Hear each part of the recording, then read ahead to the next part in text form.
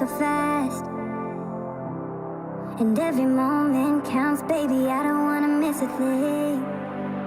We can sleep under the stars, we can sleep under the stars, or hang out in hotel bars, driving somewhere in your car. We can sleep under the stars, we can sleep under the stars, under the stars.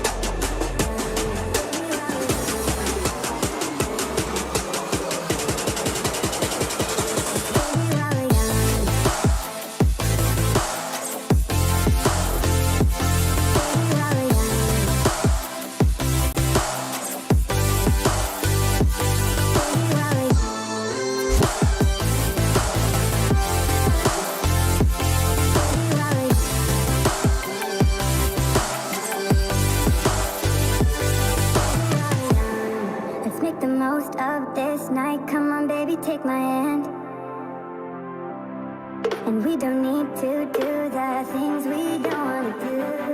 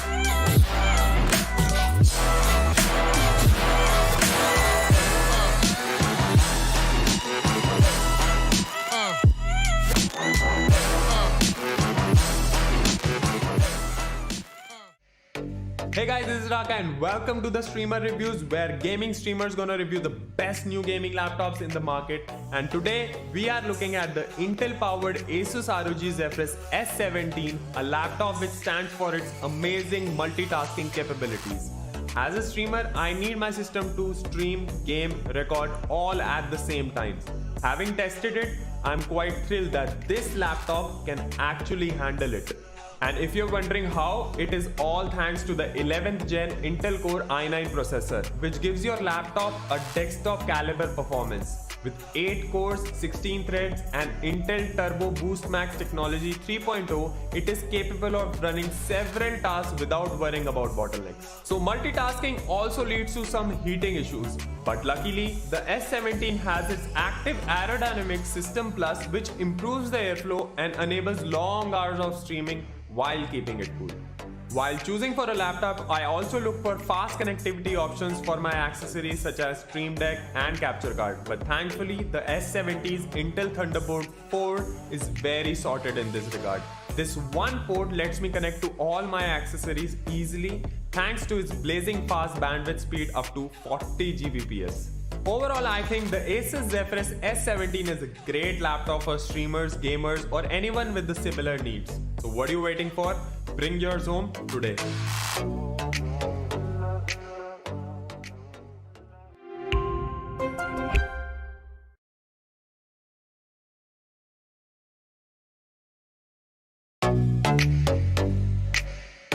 Hi guys, this is Zaya and welcome to Streamer Reviews, where gaming streamers review the best new gaming laptops. Gamers are an impatient bunch, and I've got a laptop just for you. Let's look at the top 3 reasons why the Acer Predator Helios 300 is perfect for the impatient gamer. Number 1.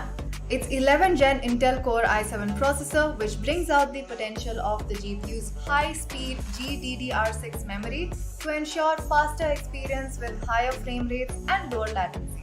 Gamers hate long load times. That's why our second reason is the Helios 300's 2TB PCIe SSD. The SSD operates at PCIe Gen 4 speeds, giving you incredible read-write speeds for a faster response time. If all this wasn't enough, check out reason number 3. The 5th gen Aeroblade 3D technology plus Vortex Flow, which lets you say goodbye to heating issues. Shout out to the Predator Sense dashboard, which lets you monitor your system, overclock, and customize everything instantly from one place. I think it's clear that this system is geared for super fast results. Get your Acer Helios 300 powered by 11th gen Intel Core processor now.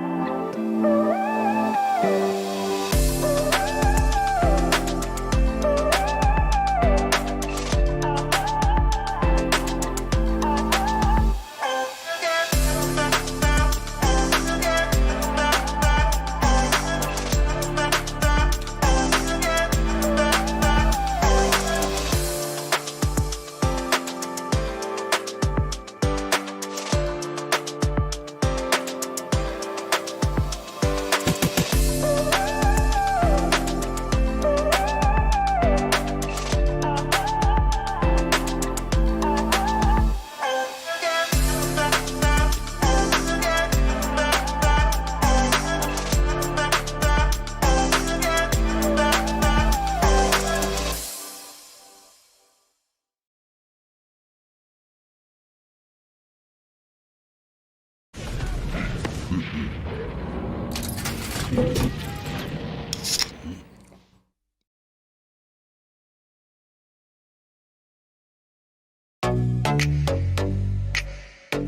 guys, this is Raka and welcome to the Streamer Reviews, where gaming streamers gonna review the best new gaming laptops in the market. And today we are looking at the Intel powered Asus ROG Zephyrus S17, a laptop which stands for its amazing multitasking capabilities. As a streamer, I need my system to stream, game, record all at the same time. Having tested it, I'm quite thrilled that this laptop can actually handle it. And if you're wondering how, it is all thanks to the 11th gen Intel Core i9 processor, which gives your laptop a desktop caliber performance. With 8 cores, 16 threads and Intel Turbo Boost Max technology 3.0, it is capable of running several tasks without worrying about bottlenecks. So multitasking also leads to some heating issues, but luckily the S17 has its active aerodynamic system plus, which improves the airflow and enables long hours of streaming while keeping it cool. While choosing for a laptop, I also look for fast connectivity options for my accessories such as Stream Deck and capture card. But thankfully, the S70's Intel Thunderbolt 4 is very sorted in this regard. This one port lets me connect to all my accessories easily thanks to its blazing fast bandwidth speed up to 40 Gbps. Overall, I think the Asus Zephyrus S17 is a great laptop for streamers, gamers, or anyone with the similar needs. So what are you waiting for? Bring yours home today.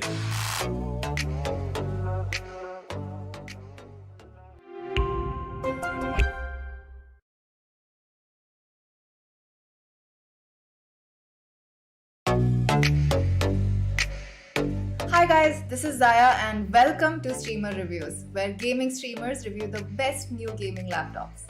Gamers are an impatient bunch and I've got a laptop just for you. Let's look at the top 3 reasons why the Acer Predator Helios 300 is perfect for the impatient gamer. Number 1. Its 11th gen Intel Core i7 processor, which brings out the potential of the GPU's high-speed GDDR6 memory to ensure faster experience with higher frame rates and lower latency. Gamers hate long load times. That's why our second reason is the Helios 300's 2TB PCIe SSD. The SSD operates at PCIe Gen 4 speeds, giving you incredible read-write speeds for a faster response time. If all this wasn't enough, check out reason number 3. The 5th gen Aeroblade 3D technology plus Vortex Flow, which lets you say goodbye to heating issues. Shout out to the Predator Sense dashboard, which lets you monitor your system, overclock, and customize everything instantly from one place. I think it's clear that this system is geared for super fast results. Get your Acer Helios 300 powered by 11th gen Intel Core processor now.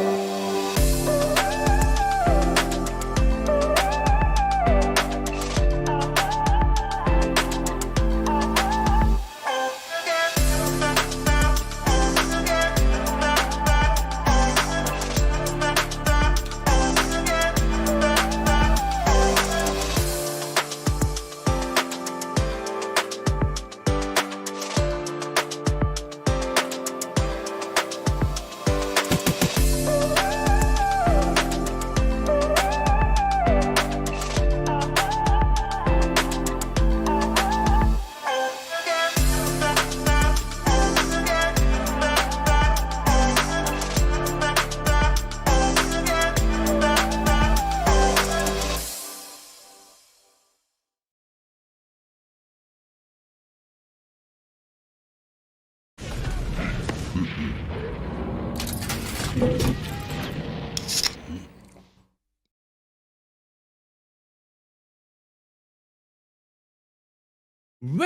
everyone to Intel presents the Esports Club Challenger Series powered by Cosmic Byte. You currently are watching the lower bracket matches. I'm CCV alongside OG Dolores Chicken, and OG, we've gone through so many matches yet.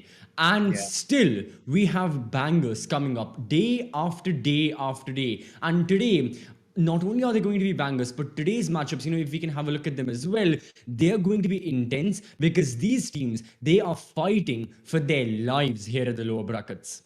Yeah, for sure. In case any of you were a little late yesterday, Enigma Gaming, the only Indian team in the upper bracket, has now come down and now will be duking it off against Global Esports. So this is a matchup, ladies and gentlemen, that you did not want to miss.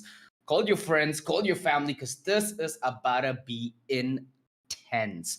Global Esports, they are hungry for this lower bracket run to prove their mettle. And Enigma Gaming, they've been on a phenomenal growth chart for the past few months. I've been able to observe this team from a couple of occasions, and they've delivered on multiple. They've been looking better as a five-man unit, and this is going to be their true test.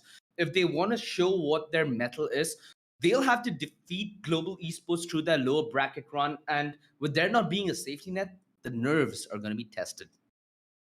Yeah, right now Enigma Global, arguably like them alongside other teams, like these two teams, I would consider them to be at the top of the charts right now, to be at the highest, the upper echelons of South Asian Valorant. And for that very reason, the fact that we are going to see them against each other in a best of three means that, yeah, today, yet again, it will be decided which team is better performing at the moment. Is it going to be Enigma? Is it going to be Global? Both of these teams, they have to give it their level best. And well, so do our next two opponents. At the 5 p.m. match, we will have Morph Impact and Fallen 5. Both of these teams hailing from Southeast Asia. Even they'll have to fight against each other. And both the winners of these two teams, we'll have a look at the brackets as well so I can more clearly explain what will happen. So yeah, we can see Enigma versus Global, and then we can see Morph Impact up against Fallen 5. The two winners out of the two matchups will be facing off against each other.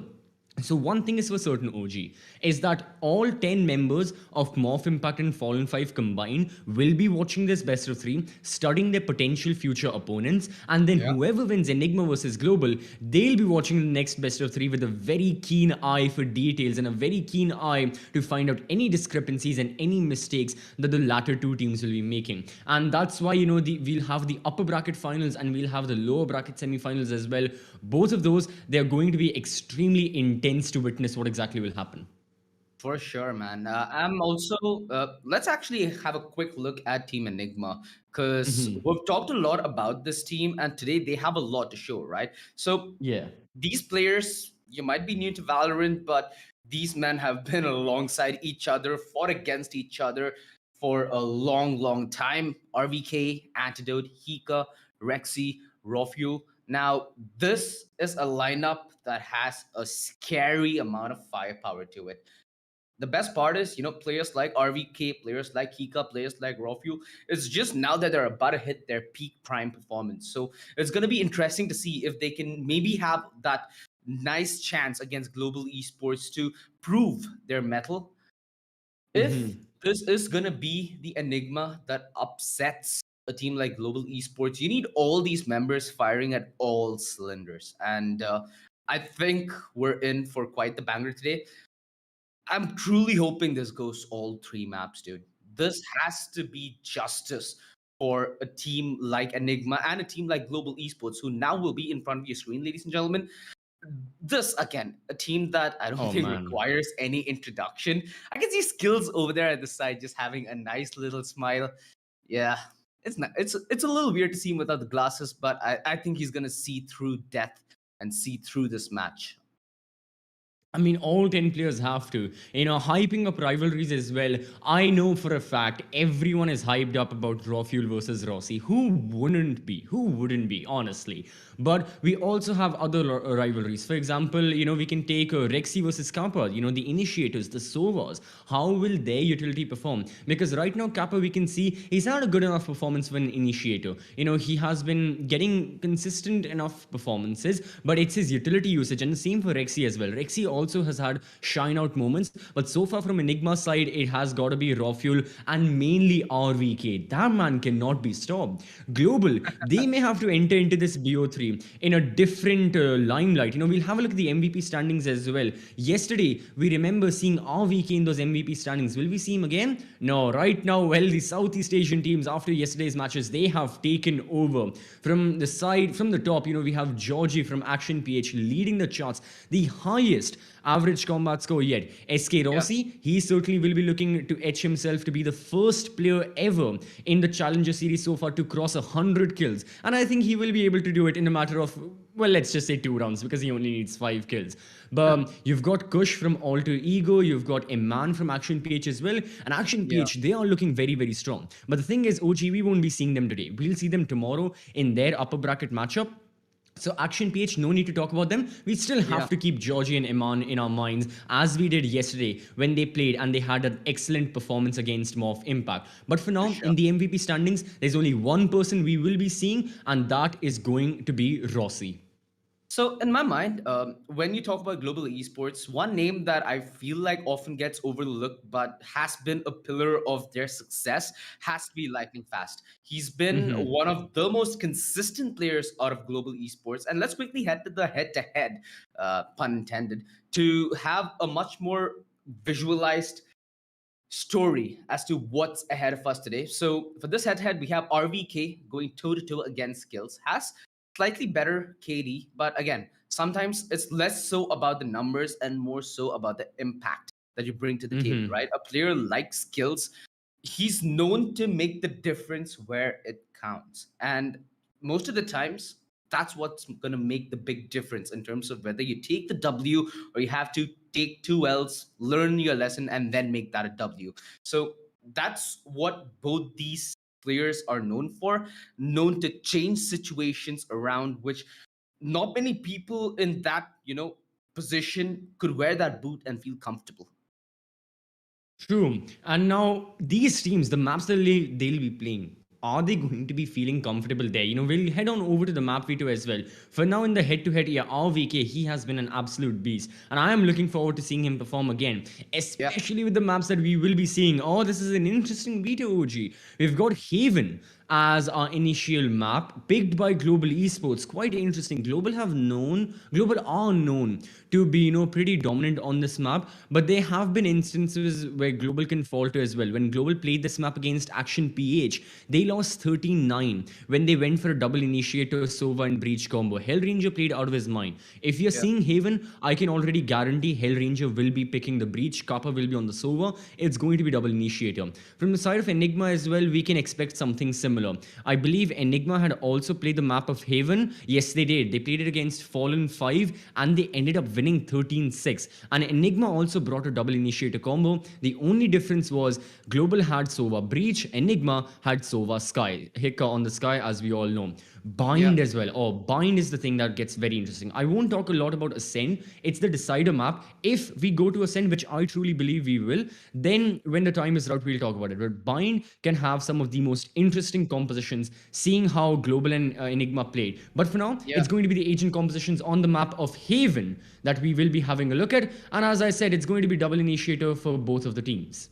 Yeah, so anybody who's relatively newer to competitive Valorant or Valorant approached as a team game, there are fundamental differences when you go for picks like a Sky over a Breach. So a Breach could potentially set you up better. You have that fault line, you have the flash, the Breach's ult as well could help you completely secure the fights inside a site. But on the contrasting end, when you pick up a Sky, you get the information. The Seekers often help you on the retake, and when you know where the position of your enemies are, all you need to do is go in and pop heads, right? That's considering if you're SK Rossi, but no pun intended.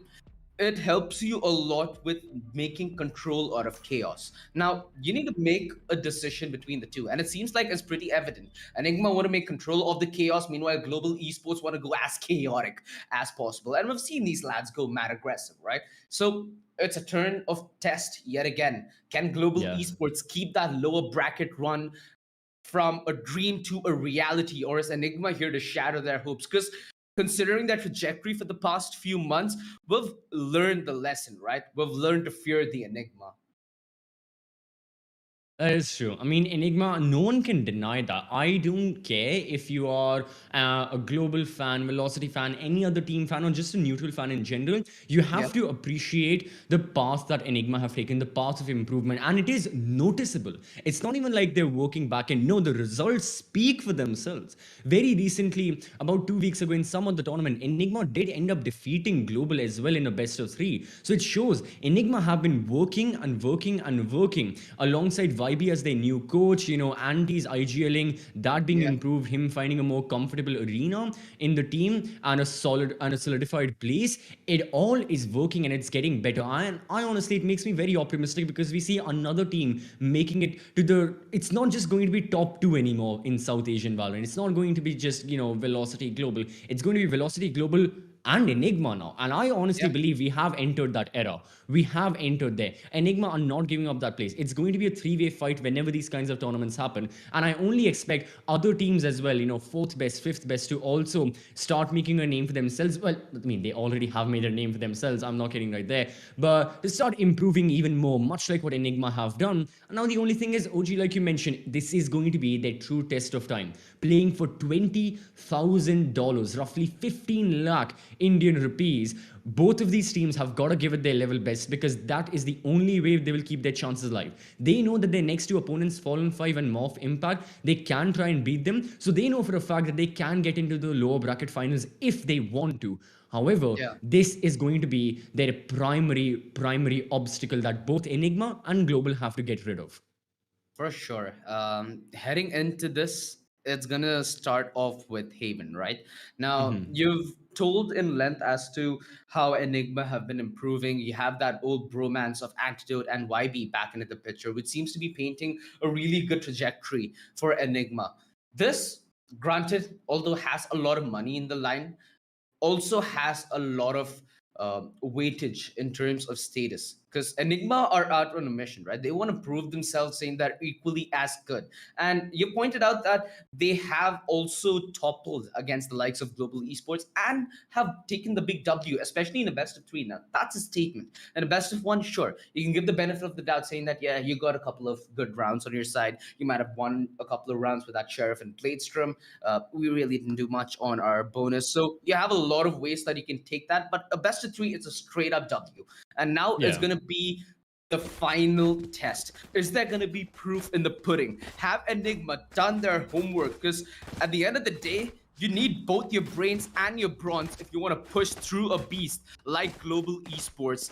And it's going to be a dicey affair. We're gonna be in it all the way, ladies and gentlemen. As the pistol round goes live, it's gonna be Enigma on the defense duty. Meanwhile, Global Esports setting up a potential setup towards the B side. Now, here's the thing: they're scouting out aggression everywhere except C long, which means that if Enigma were gonna play that aggressive, they're gonna be on the lookout. Oh my. SK4C.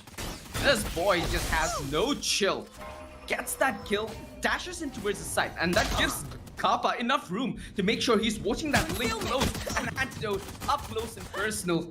The wrong time to tamper with his star. One SK enemy Rossi, though, remaining. his aggression's punished. Rexy left in an undoable 1 versus 3, and lagging fast. This is exactly what's up. Just trying to have a little bit of fun while he could. This is a little bit of a heartbreak, but yeah, Enigma Gaming, with the way they re-entered that site, it kind of looked doomed from the get-go.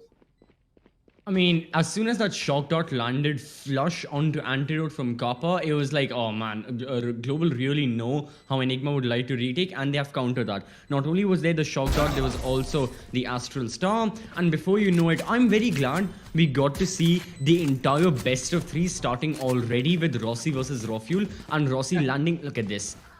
What a flick, just absolutely stunning. And then the round ended with another headshot, this time from the side of Hell Ranger. So Global, a dominant first round, they got the kills, they picked off Enigma members, and as soon as that initial kill happened and Global flooded the bomb side, yeah, Enigma tried to retake it, but with very limited utility, you can't really do a lot, especially on the pistol round as much as you would like to. The attackers take bomb site control, and you have to enter into duels. And when you're already tagged, entering into those duels can be a bit difficult. As this round as well for Enigma, it's not going to be any easier than the pistol. It's going to be a bit harder, considering that Global, they have got upgraded pistols and they have got the Spectres as well alongside armor.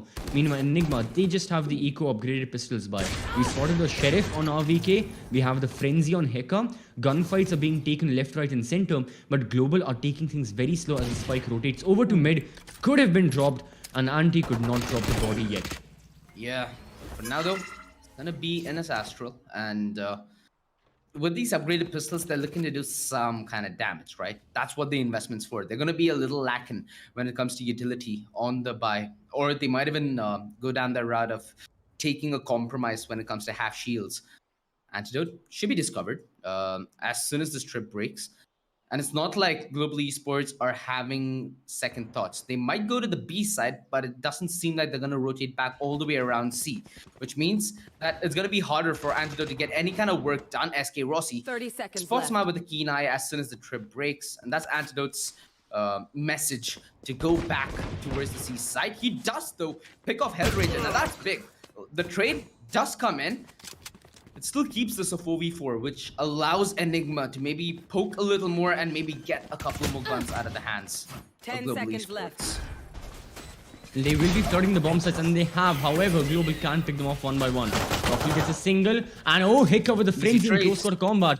5 HP though, that's the thing. So he needs the support of RVK to happen right now to assist his team. And RVK is also pushing from defender side at spawn. Exactly. Kappa hears him. Rossi peeks. That's one, and that's the second.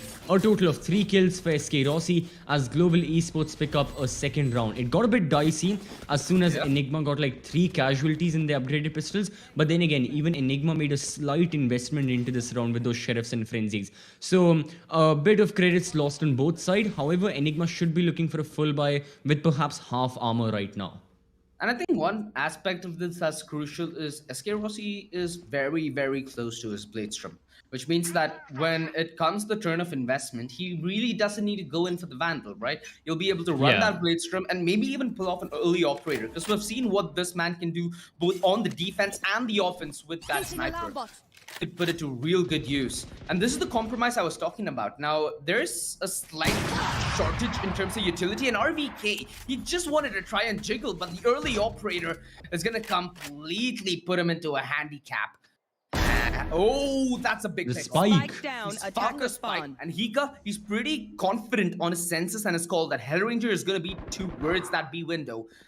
He's trying to play this one a little smarter. He's going to go up close and personal. A pop flash could be a good option. And okay, bro, you don't need to shoot your teammate. He does shoot, however, Skills, who is the Last right player Astra standing. that he should be aiming at. Sadly, he couldn't translate that into much because Hellranger knew his exact whereabouts. I think Antidote was trying to just buy bait there, and with But he was the flashed. shots being with the shots being whiffed off, and if I'm not mistaken, he also did get one frag there. The jig was given up. Easier said than done. It was a nice attempt by Enigma because they got a couple of crucial pickoffs. The unfortunate loss of RVK early on in that C side, that cost them a lot of comfort in this round, which cost that push. And well, Global Esports, they traded smartly, they played smartly. Now with the numbers, they get the chance to build their economy as well. This is all good stuff from Global Esports, where they're setting up a great early game to set up to not give any room to Enigma. Right now, it's all business and it's all seriousness on either side. It doesn't seem like Global Esports are breaking a sweat, nor they're breaking a laugh just yet. Alright, so Global, that's the thing. They are looking very comfortable right now. And with the third round win, they force off Enigma into another semi-eco of sorts. And it's not going to be a good scenario for their side. And also, I've just noticed that Rossi, as soon as he got the opening kill in that round, Enigma... No. Oh no! Hellranger. I mean, great for him and unfortunate for Antidote. But as soon as, Rossi got that kill, I think this was his 6th kill, I believe. So Rossi has crossed the 100 kill mark. So again, I know for him, it's not that big of a deal. He's done that multiple times. But he is now the first person in the Intel Challenger Series to have over 100 kills. So that's going to be great and all. And right now, yeah, I think his objective is going to be more about the team and they get more rounds on board rather than just skills. But again, his skills lead to round wins, as yet again, he's right there with the operator. And Heka may peek, the guiding light goes through, and Rossi still gets the opener. So, Global, I mean, Enigma know this. This is their, semi-eco. They've just got upgraded pistols. They're just looking for kills. Lightning fast. I think he has spotted Yeah, he Anti. did. He's not looking there. There we go. Now he has Anti gets one though, still good on towards Lightning Fast. So that's one rifle drop, but that's not a rifle picked up. Only it's been dropped. It has not been retrieved by Enigma members. And Global are playing this smartly. They know for a fact that because Enigma are on the cheaper buy, Enigma have to take the gunfight to them. And this is Global's fundamentality for the entirety of the game. They know Enigma are already going for information by face checking things. This happened in the previous round as well. It may happen now as well. So Enigma's side, they've got to realize that, okay, use your ability for information and then play on the basis of that. Don't face check a lot of the corners. As right now, Hellranger, he won't be missing his shots. The recon bolt reveals the location of a lot of people. And Rafiel with the frenzy, he will be pushing through. But how much can Enigma really do in this instance? I assume maybe the aggressive tailwind to give RVK an angle on a Hellranger, but not gonna be the case. And this is just clinical stuff from Global Esports. They're not losing many members. They're able to deal with these pushes aptly. I like the fact that SK Rossi had that pixel dodge of the guiding light, because that could have been a potential early use of the dash, more leverage for a team like Enigma to work with. So yeah, just every possible hope that Global Esports see, they're trying to deny. RVK, he's going to be holding close with that Phantom. And he knows that there are going to be people exiting here. So he has a chance to truly hamper Global Esports economy. He removes the operator. Now, how much more does he get? The reveal. Oh my. 2 dead. And that is money lost. Did they retrieve that operator though? I don't think so. This is the reinvestment? They may have. I mean, it was very, very close. I think they did because it was right there. But yeah, let's see. RVK, he got another before skills killed him. And I think the operator might just have been retrieved. But Enigma, yeah, they have bigger problems right now. The economy, sure, it's an influential factor. But the bigger thing is that Enigma have lost 4 rounds consecutively. And they don't have any form of retaliation in place of that. So they've got to realize that something needs to happen in this very round. And the good thing for Enigma is they've got a couple of ultimates to help them. But the bad thing is Global have double the amount of ults. Except for the Hunter's Fury, Global have every single ult ready. Lightning fast though. He looks like he's pushing A long. After the Nova, Rafiel is back down to normal. And he may get the shot. He dashes away. And he chooses safety with that operator. Rafiel knows how important this op is. He wouldn't risk it just for a single kill. So, Lightning fast with the spy cam. He spots Rafiel. And you have Rexy alongside Antidote in the A bomb side as well. Oh, the rolling thunder from Hellranger is there, and this is a full execute very early on. So just with the smokes, Enigma, I don't think they were entirely prepared for this. They were just looking out for 1-2 members. But the execute is here, and in terms of the ultimates, what do Enigma have? They have to use the Cosmic Divide. They missed the shock dart. It was a closed heaven plant, and the Rafiel's operator as well. It misses with one shot, but now the Cosmic Divide, the guiding like the Seekers, everything goes through. Enigma are ready for this retake, but the fault line stops them, and Rafiel, another miss. Rexy, he gets a single, but no, oh my god, the no scope. Everything works for Global. Headshot after headshot after headshot. And Enigma's retake was entirely just stopped by the gravity well and by that fault line. Hit or miss. I guess they never miss, huh? Wow. SK Rossi showing us what he's made of. And again, in that situation, I feel like Enigma played that one relatively well. They were more than comfortable relinquishing it for the retake, but the way they re-engaged towards the side, it was heavily reliant on Rafiel finding some success. Beautiful job, though, by Hellranger, using his utility to delay that push through defender spawn rotation. That was big. It held off the rest of Enigma for at least another 5 seconds. Which is big stuff, when you're considering that it's a retake situation and there's a timer ticking on your head. Enigma Gaming, you see Antidote being vocal. They know they need to change things up. The only question is, what piece of the puzzle did they put on the other side to fix this? Because right now, with the way Global Esports are playing, they're taking their sweet time. Sure, they have that idea in the back of their mind saying where they want to hit, but they're having their eye out for aggression. They're having a keen eye towards where they're going to hit, as they have maybe SK Rossi aggressing towards that angle alongside a potential Hell Ranger. Now, if you're Enigma, a potential way you can counter this is getting aggressive information. That means you need to have that recon reveal Rossi for once. You need to be able to get some footsteps in at the nick of time, and that's where we've seen some of this peaks come to hurt them.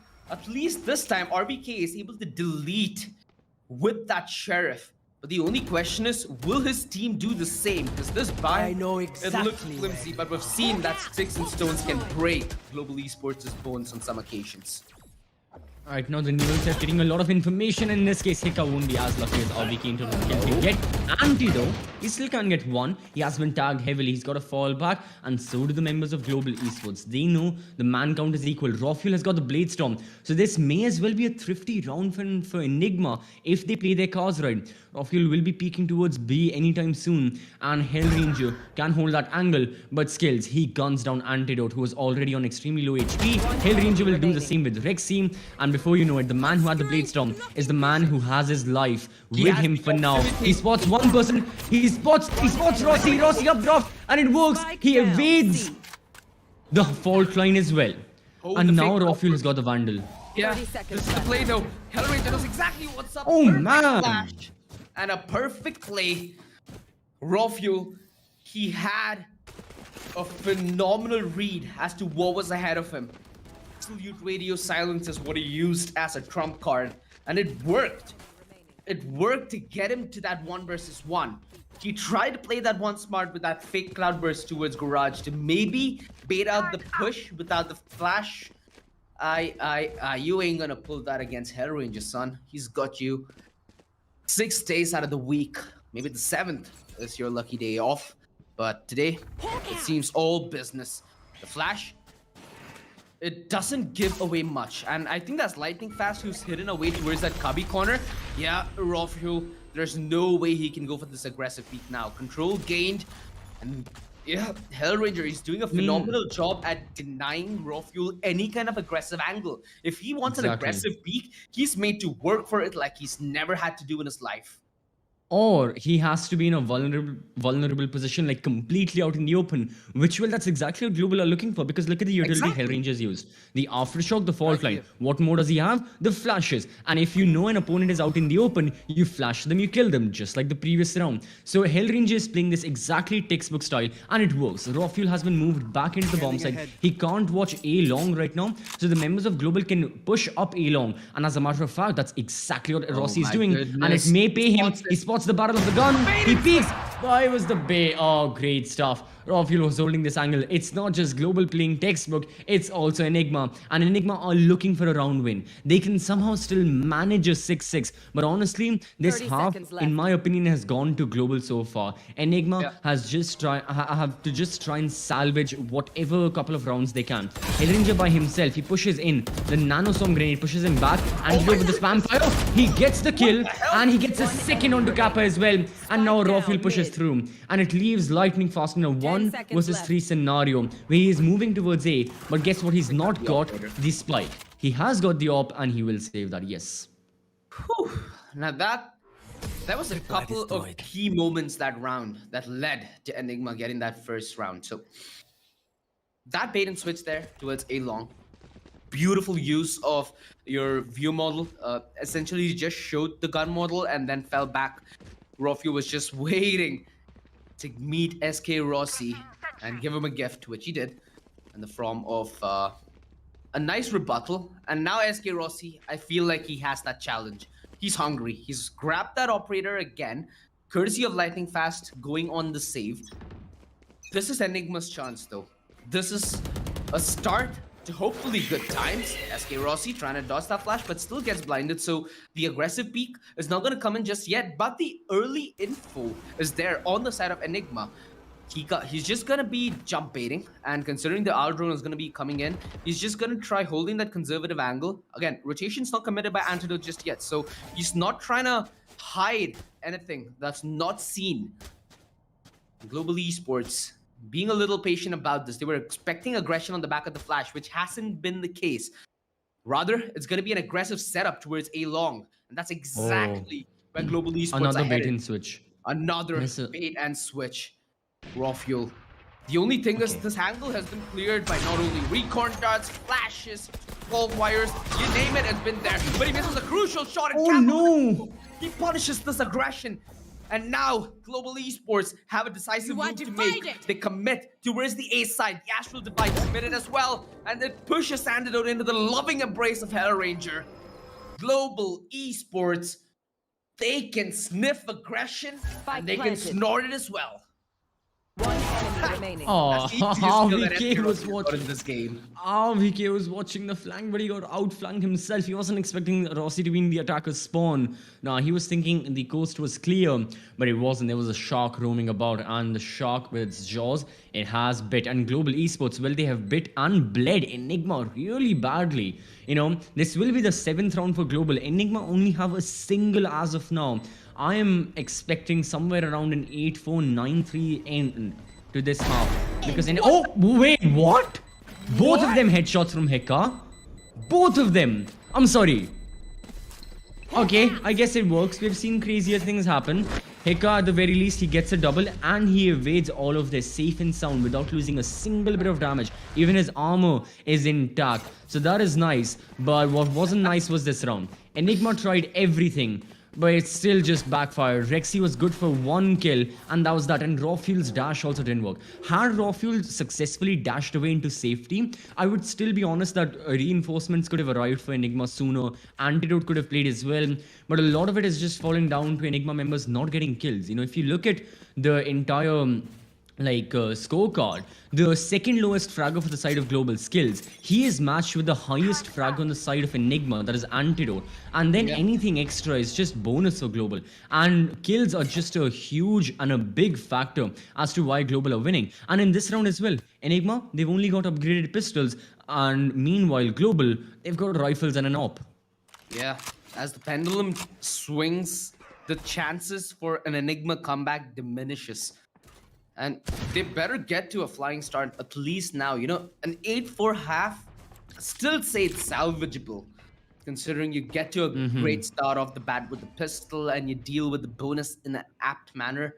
Like, those are the win conditions now for Enigma if they want to take Haven in their books. Again, a team like Global Esports, you really do not want to give them the first map in a best of 3 when you know how hard it is to win 1, winning 2 in consecutive fashion. Well, that doesn't sound like fun. That is very true. Oh, I mean, it does reveal Rossi's location, but then again, he can use the tailwind and just, you know, dash back into safety in your attacker 30 spawn. seconds left. More so, it's going to be another execute from Global. And Rossi, he does get the opening frag. He may be looking for another, but Heka, in this power position, he'll be good for 1 as well. Again, gunfights may work for Enigma, but not in the intention they'd like. Rexy's back into the bomb site alongside Antidote. The crossfire is being maintained. Skills isolates 1. Rexy's still there. Kappa with the 10 second. seconds left. And now you have RVK all by himself, who could have tried to deny this fight, but now he has to play on the basis of his ult. all right, bro. And he Let's see what has he to got. use his ult. One of the shock dot goes, so he can use the Killjoy lockdown if he would like. But he is pushing through. Oh, And he gets 1 more. Alright, Yeah. good enough. Kappa with the crossfire there. Seemed to shut things off. And this got a little close, you know, all things said and done. Considering the investment that Enigma Gaming already had, it felt like they got what they bargained for. Now they need to get what they came for, which is winning rounds. They won, like you said, a single round so far. If they win the rest of the rounds in the half, it still makes it an 8-4. What did they do to change things around? They have the Astral Divide, they have the Hunter's Fury, and they have the Lockdown. Those are very important to play both retake and a defensive setup. A lot of utility from Global Esports being dissed out towards that A side, but it seems to be more of a fake as they're trying to throw a curveball here with lightning fast deploying utility as well. It kind of distracts Enigma to some extent. And now they're trying to exploit it. A fake flash coming in from Heka, but it doesn't help him much.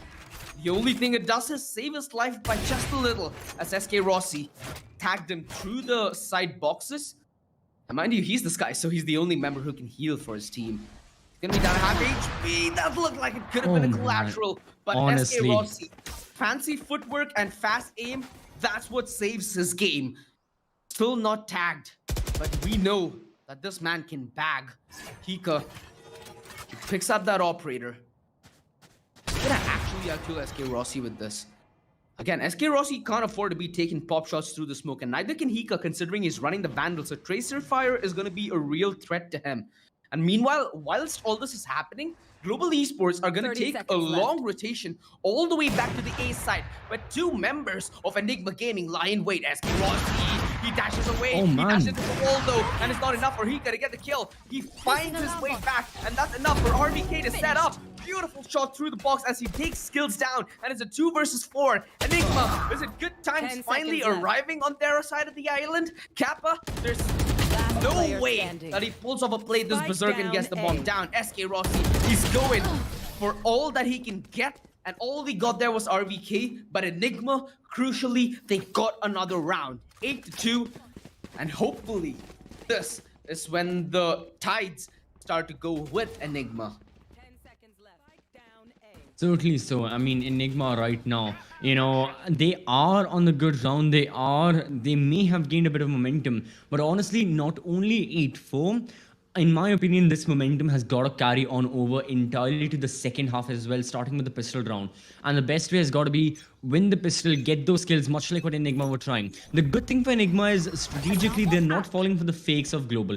They're not rotating over, they're not sending over reinforcements unless they know 100% confirmed that, okay, Global are going for a take. And in this moment, Rossi, he goes for a take with the Rolling Thunder. He himself has been concussed, and that allows Antidote to get a kill, not onto Rossi, but onto Ranger. And Antidote cannot escape the shock dart. Neither can Raw Fuel, being hunted by the Hunter's Fury. Hika gets tagged as well, and Global take entire side control, but the spike. Why is the spike still rotating over? Global will be wasting a little more time in planting it, as Enigma, more so Hika, heals his team, allowing them to go for one last push. Rexy's got the Hunter's Fury, the Killjoy lockdown also there. Oh, this is big stuff now. This essentially gave enough time for Enigma to commit that rotation, and now they're more than ready for this post plan. RVK, in fact, he's going for the flank. This is a universe-sized brain move, but Kappa reads it like a book. Hika, all alone in the 1 versus 3, has his seekers, but right now he seeks hope.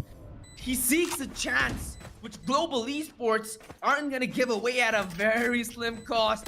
The double peak, that triple peak, Hika gonna be kissing his life goodbye.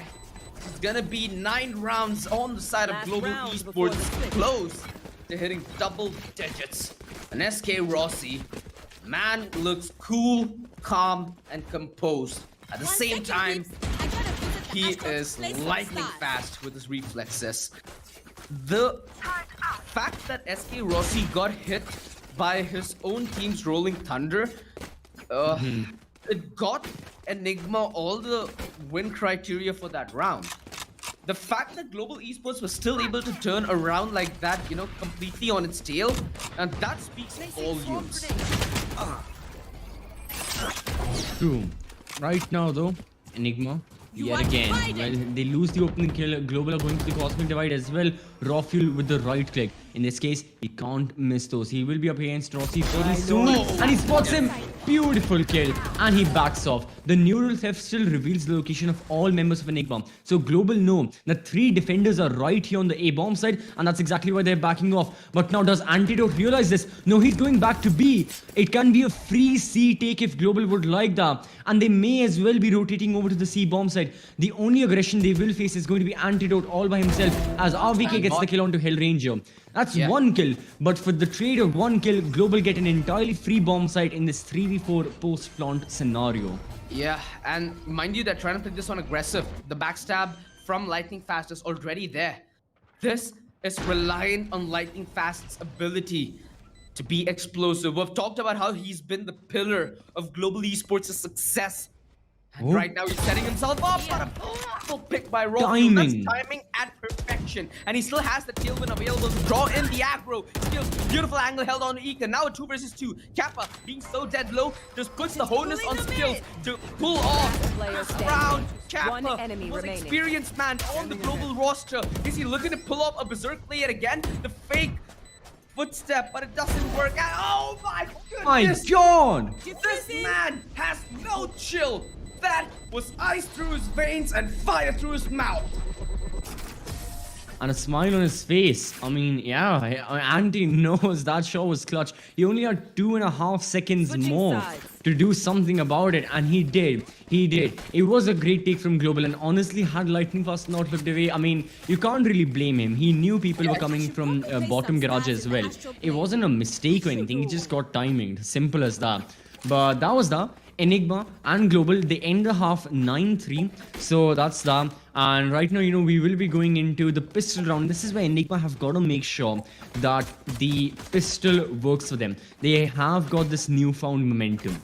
They just have to convert the momentum into a snowball effect, win, win, win until it's 9-9, and then we can see from that point forward. But there are 6 more rounds Global have as a buffer period that will allow them to make, to extend the lead perhaps and to inch closer to that match point of 12. It's looking to be a global esports whitewash so far. At least Enigma have gotten a better start to their pistol. And as I say that Hika, he gets double peaked. So if not the frag, information at least relayed to the side of Enigma, which allows Antidote to play a little more cocky towards Garage. Now that's very crucial here because he has important positioning, which he wasn't able to translate. RVK is gonna be given the support Spike from down Rexy. mid. But One Rexy, enemy that suck, remaining. just takes him out in the open and lightning fast. He shows Ace! it doesn't need to be a jet to be flashy. A Cypher Ace, now that's something that I want to see so much more often. Because this man, give him anything, just give him a gun. You don't need to think of Agent, you don't need to think of Jack. He can deliver on a silver platter. I'm just looking forward to seeing the MVP standings after today as well. I mean, not only after Enigma Global, but also the second match as well. MVP standings are gonna be really looking good and very spicy heading on over to the final 4 matches that we will be seeing in the Challenger Series. But right now, we can see that Global Esports, yet again, they have won the pistol. They are on the anti-eco. Kappa's going for the recon bolt as well, and it will be destroyed. So he gets some info that there are Enigma members on A shot, and Hellranger, look at its position. It's good for 1. He spots another. That's visual confirmation. And now he peeks.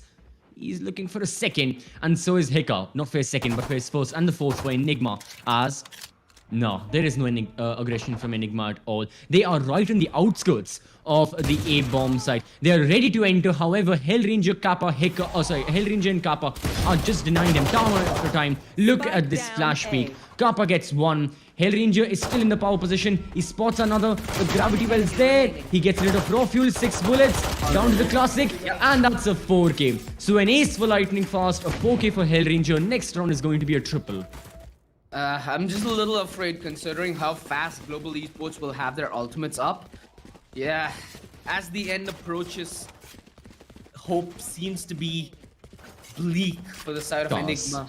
At least for Haven, it seems like a hellish situation. Ay.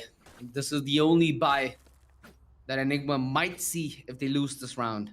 Because if that's the case, Global Esports are going to be on map point, ladies and gentlemen. Mind you, this is a best of 3, right? So Enigma, Yes. I don't think they're going to be sweating as much yet. They're going to be more than comfortable taking this fight over to map 2. Either side disposing of their recon and SK Rossi. Wait. This man needs Why? a little bit of sanity because he's been insane, but Why? it also requires those kind of plays to maybe show off your skill. But he has a boatload off. For now, Enemy Enigma, remaining. they make it look easy, but that hasn't been the case throughout the day. It's a start, but there needs to be a better finish. That's what's going to make the difference. It's got to be a better finish. This round, Global, I didn't understand. I'm sorry. Global have been playing exceptional. what happened, right? Why there was no need to push, and this happens to many teams, and it's always okay. From as casters, as audience members, we can see everything that's going on because we have the minimap. The players don't have that luxury. We all know that, but still, it wasn't necessary, Rossi. No, man, come on. But anyways, one round I don't think will make the difference, and if it does, then the curse is real, sure, whatever. But nah, honestly, Global, sure, they may have lost this round, but I think they'll still be fine with it. Skills, if he can save over this Vandal, it will be good. I don't think he cares much about his HP. I don't think he cares about Enigma's side or how many members they've got alive. His priority is save Vandal, full stop. Does not matter. All he needs to do is save these 2900 credits. Hika, he spots him and he won't let him save. Skills wasn't looking in that direction. And that's an operator that can be picked up. And Enigma do. Hika does pick it up. So we're going to be seeing raw fuel in the operator right now. This very operator. And then lightning fast gun that was dropped onto Garage as well. So Enigma, easy pickings for them in this round. And Global couldn't really do much after those initial 2-3 kills. Yeah, I'm just worried that Raw is still running the Vandal. I assume that with the operator pickup, he'd be the one who'd live up to it. So, it's kind of... Okay, so it's Antidote who goes for it. I mean, yeah, historically, Antidote, one of the best sniper players in India, period. But again, on the Astra, it already requires so much of concentration to play the Astra. I hope that he's able to put on a show with the operator as well as SK Rossi is more than willing to play this one very aggressive, and Antidote knows exactly what's up, sees the barrel and sees the kill through. This is big. SK Rossi, this is the second time he's been caught going aggressive with that operator. And Enigma, all they're doing for the first 1 minute essentially is watching out for this kind of aggression. RVK. Enemy remaining. Oh, he knew exactly what's up. He knew that there's gonna be somebody on this rescue mission for the operator, and he's just gonna he ain't gonna let that happen any time of the day. Landing fast. Okay. Yeah. Sometimes the classic it just rubs you the wrong way. So I was just giving the benefit of the doubt, but he closes it out. He's an absolute Chad. Let's see if he can save it out though. That'll be the big thing.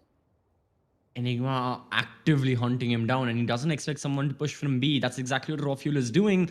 He's right behind him. Lightning Fast isn't checking the corner, but neither is Raw Fuel right now. So, yeah, Lightning Fast, all he has to do is turn back. He's got to turn his back, but Raw Fuel also doesn't check it. Oh, don't tell me he saves it. No way. He's in towards defender spawn right now. He's right there. Can he save it? Raw Fuel is pushing through, but Lightning Fast is looking after it. 1 second, and he gets the kill, and he saves the op. God, oh man, that was intense. And that was after the round got over, and Enigma took another win. It's gonna be a long run back to victory though, if you're an Enigma fan. Because 5-11, sure. They've strung a couple of runs together. Looks promising. However, if Global Esports string 2 more runs together, the map's theirs. So that's what's at stake here for Enigma. It's situations like these that having a cool nerve really gives you the mark of a champion. Esports, a double aggro setup towards A long. And I think that either realizes the presence of the sniper, hence that cloudburst coming in from Antidote. Like Kappa, he's gonna use the Owl drone on the back of which SK Rossi could have that information to get that first kill. Antidote, he's pushed up towards A shot, and Raw Fuel hears this. Considering it's Raw Fuel being the one shooting, that should be pretty transparent that there is aggression through A shot. Beautiful guiding light coming in from Hika. And now the tailblaze, sure, it gives some information, but the counterplay needs to come in the form of camaraderie and teamwork, where the rotation has come in by the side of Rexy. Hika, he's gonna be given a little bit of room to breathe with. And that's also room for Enigma to regain control of mid. Hence, they're watching for that garage and B push, which is something that SK Rossi is avid about. Lightning fast. He's been conservative all round. Mind you, he still has that neural theft here, so it's going to be crucial for him to put to good use. And Antidote, he just waltzed in towards an empty A side. Hellraiser, a little ambitious on that Pika side. Very well. Could have been another frag going the way of the veteran. The Rolling Thunder. Is he gonna dispose of it? His team is right around the vicinity, and he might just jump down from heaven to pull down a godlike play. The flash alongside the bash. It could be the perfect combo as the distraction bought in. Antidote forces them into that op shot, and now with the peak Spike wide, planted. Hellranger finds Last one. player The standing. trades go the way of our Enigma though, leaving SK Rossi with a clip to make and a dream to deliver. A 1 versus 3. Is he gonna be as ambitious and as audacious as everybody acclaims him to? Or is he gonna be the conservative and cool-headed champion to go for that save? Dodges that reveal. Time ticking. So are the footsteps. They're trickling in his ears. And he's waiting for the aggression. He ain't gonna go aggressive. The flash confirms his whereabouts. And nobody from Enigma in any mood to contest. Antidote, the way he was able to sneak past the defense, it's like watching a darn movie. It felt so sweet to watch Enigma just outmaneuver Global Esports, which is something that we haven't seen all game. In fact, it's been the contrary. Global Esports are the ones who've been completely outmaneuvering Enigma. So it's nice to see that the Enigma machine is finally warming up and is heated up for the action. But the only question is for how long? Because if they're gonna come back into this, they need to finish this map off, which is in and of itself a race, and then the next 2 maps are gonna be a marathon, my friend. It certainly will be, but the good thing is Enigma have made a little bit of a difference and a little bit of a dent in the round lead. It came down from 6 rounds at 9-3 down to 5 rounds at 6-11 right now. But regardless of that, the thing is that Global still have a bit of the advantage. However, with this round, Global, they're not on a strong buy. Marshall Operator upgraded pistols. If Enigma can get rid of the Operator, that would be great. If not, then another round win should suffice. Enigma aren't looking for too much damage right now. They are focusing on their own play. And they're just focusing on winning rounds. Look at Anti yet again. A shot. Pushing with the op, he will be against Sova. Oh man, in this case he missed. So is he only good when no one's looking at him and he can sneak past the defenses. In this case, it's Anti's op that gets a kill. However, in Enigma, they can still flood the bomb site. Hellranger tried retaliating. He was successful. He was good for 1. But now, Enigma, it is a 2 versus 2. So the thing is, the spike is going to be planted. And Enigma are going to be using their lockdown as well. Rafael is holding the angle, gets 1. And lightning fast, all by himself. Is he going into the bomb site? Or is he going to... Yeah, he will be evading the lockdown for now. 30 He seconds may left. use his neural theft. But honestly, in this scenario, it's highly unlikely. He's got the cyber cage. But going towards heaven as well, unlikely to find a lot unless RVK misses him. Oh, he's Does looking he the spot other way RVK? though. He Cam may. out. It's not destroyed immediately. He spots one, but he doesn't spot the other member towards CT, that being Raw Fuel. Beautiful movement to maybe mask his foot by the cage. It doesn't do much to deny information from RVK though. Whew. That came so close to the wire. I was very scared when they gave away another operator to the side of Global Esports. Sure, these guys might not be operator demons, but these guys sure know how to wield the sniper. And considering the form that they've been in today, you wouldn't want to be giving anything going their way. They have the Bladestrom, they have the Astral Divider Enigma. I feel like this might be a good round to put that Astral Divide to use, because Kappa has gone in for that operator investment. This is a complete investment as well, coming in from the rest of Global Esports.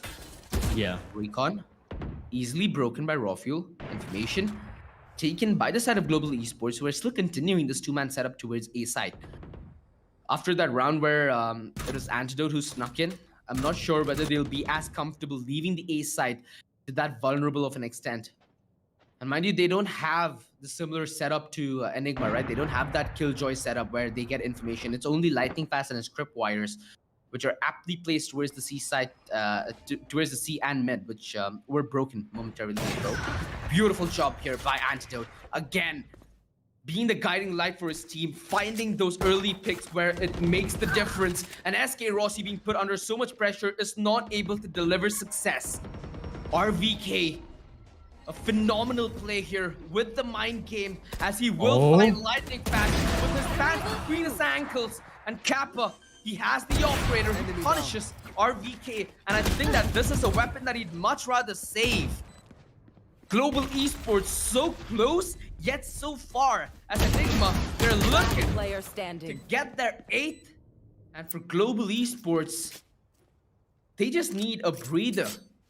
They just need a A potential timeout? timeout, and they need to make Exactly. sure that when they have the opportunity with the guns the next time around, that's when the fun stops. Because right now, Enigma, they're slowly starting to mount that comeback. We did see this yesterday as well in our upper bracket semifinal matchup. It came Yeah. close, but at the end of the day, it was no cigar.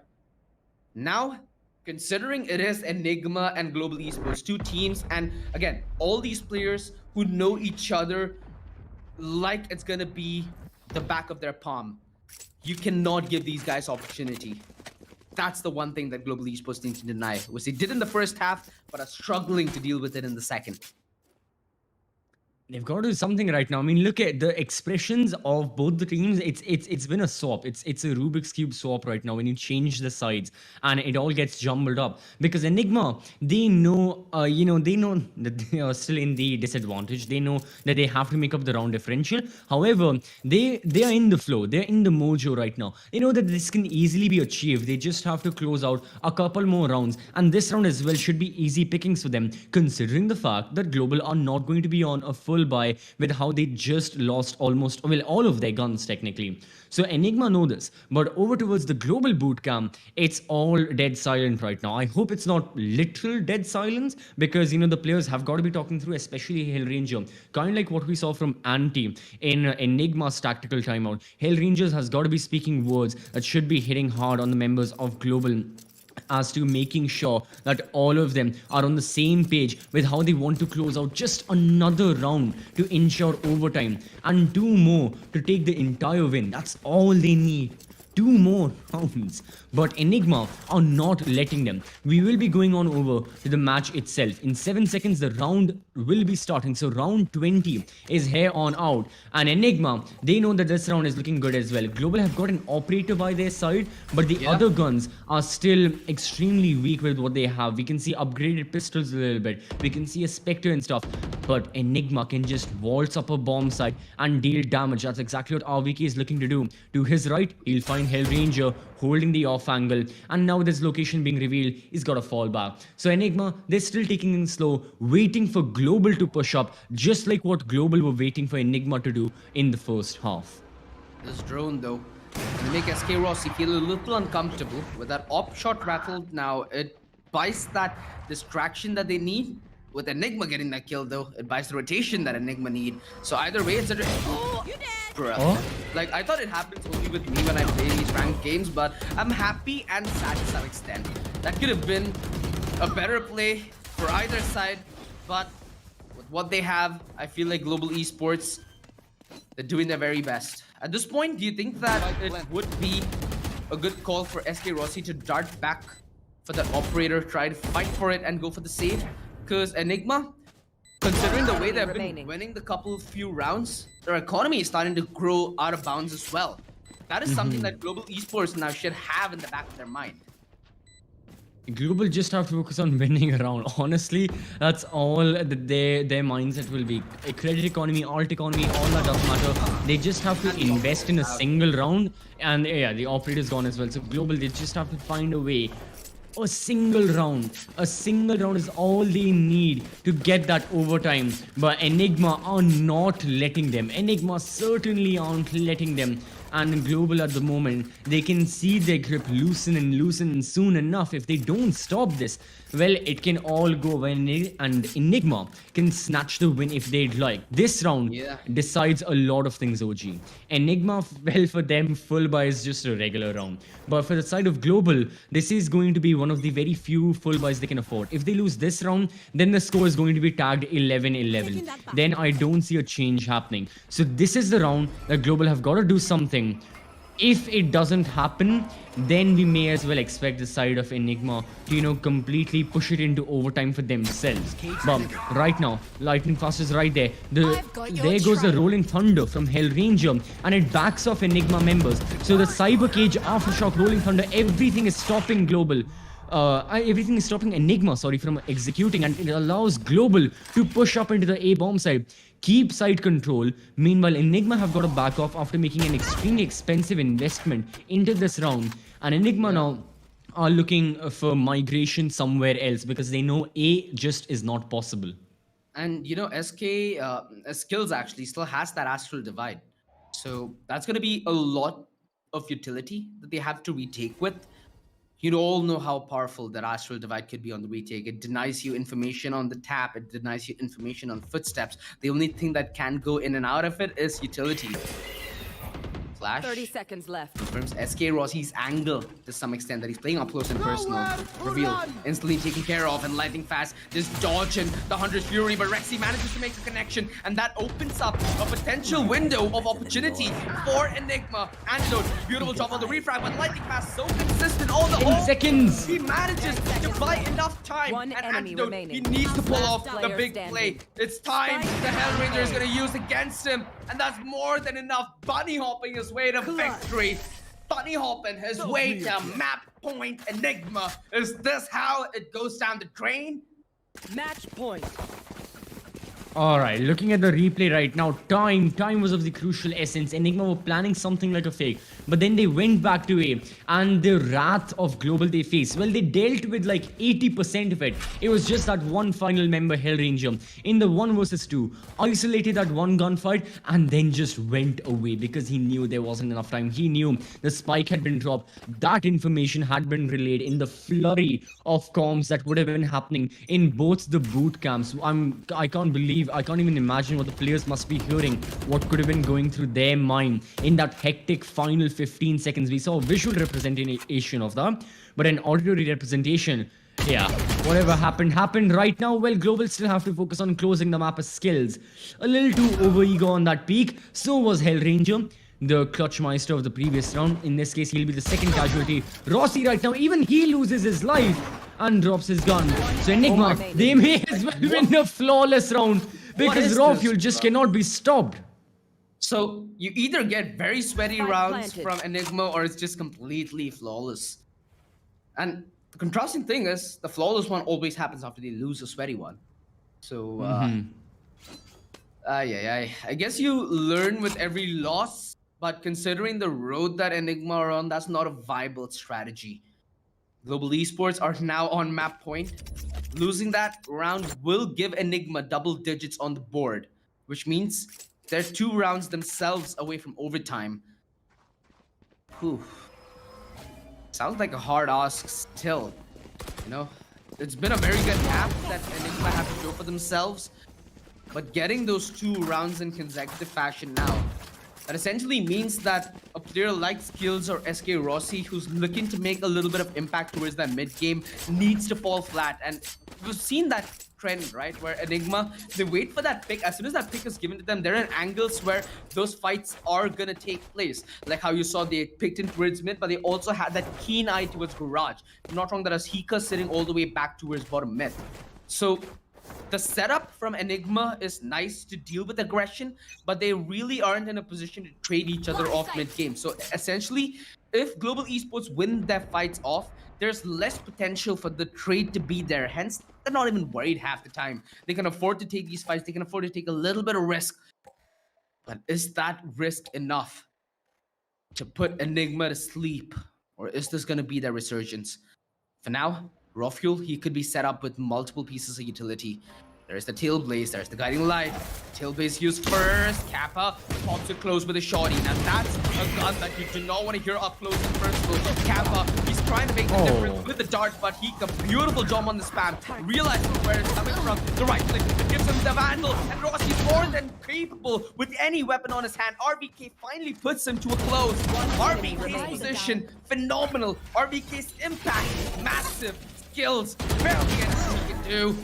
Low HP, outduels RVK, sure, but still a very, very, very hard 1 versus 2 lies ahead of him. This has to be one of the best plays that he's made in his career if he wants to end this right here, right now. Considering that, Enigma, they have that man advantage, they have the utility on their hand, they're not going to be sweating one bit. Astral form in. He goes in for the Astral Divide. This is big stuff. Oh goodness, he's gonna take this to a half and take this duel as it comes. The recon, it's a smart move, but he goes out. Oh, wait. The big play that he made! Oh my god! With a beastly Clutch. tap. Kills. The Defenders 1 win. versus 2. That's how you Um. end the game in style. This is why he wears glasses, dude. Man sees through everything. Enigma, what are they seeing right now? What have we seen right now? Enigma, no, this round was otherworldly. There's not a My single God. adjective I can use to describe what just happened. The recon bolt misplay, then he was pushing, then Anti had the operator, and then that also didn't work, and the cosmic divide and everything just worked, and we can't even see anyone in the global boot camp right now because, well, all of them surely must be celebrating the victory Oh my that God. just happened. Which it was a thrifty round, OG. The global had no intention of winning that. I was expecting, a 12-11, maybe overtime, maybe 13-11. Why? What? You know, Okay. dude, like throughout that clutch, I think my penguin suffered more than Enigma. I was like choking the penguin as the astral divide came in, and oh my goodness, the choke that he delivered to Enigma. Let's quickly head to the highlights, ladies and gentlemen, because there happens to be quite a couple. Goodness Mm-hmm. Christ. I love the way that Enigma had the resurgence in Haven. They looked like they were in control up until the very end, like it was the case yesterday. There's only a Yeah. couple more rounds. It could have been a completely different story. But again, there's a reason why Disney ain't in everything, right? Not everything can be a Cinderella story. And sadly, for this case, Enigma, they need to take their L's, but I think they learned a lot of lessons along the way. Oh my goodness. Yeah, I think all of they us were need very a moment close. after that last round. All of us need a tactical timeout to just calm down. Maybe a meditational timeout. I'm not really sure because this entire match was a roller coaster journey, and everyone was this close to throwing up after seeing what exactly after all the twists and turns, and throwing up in a good way, not after you go through a roller coaster and you're really like not feeling well. In this case, I think everyone is feeling hyped after what just happened. You've got to say it. It has to be true. Enigma were well on their way for an insane comeback that, in my eyes, was all gonna come down to the final round, round 24. 12-11 could have happened.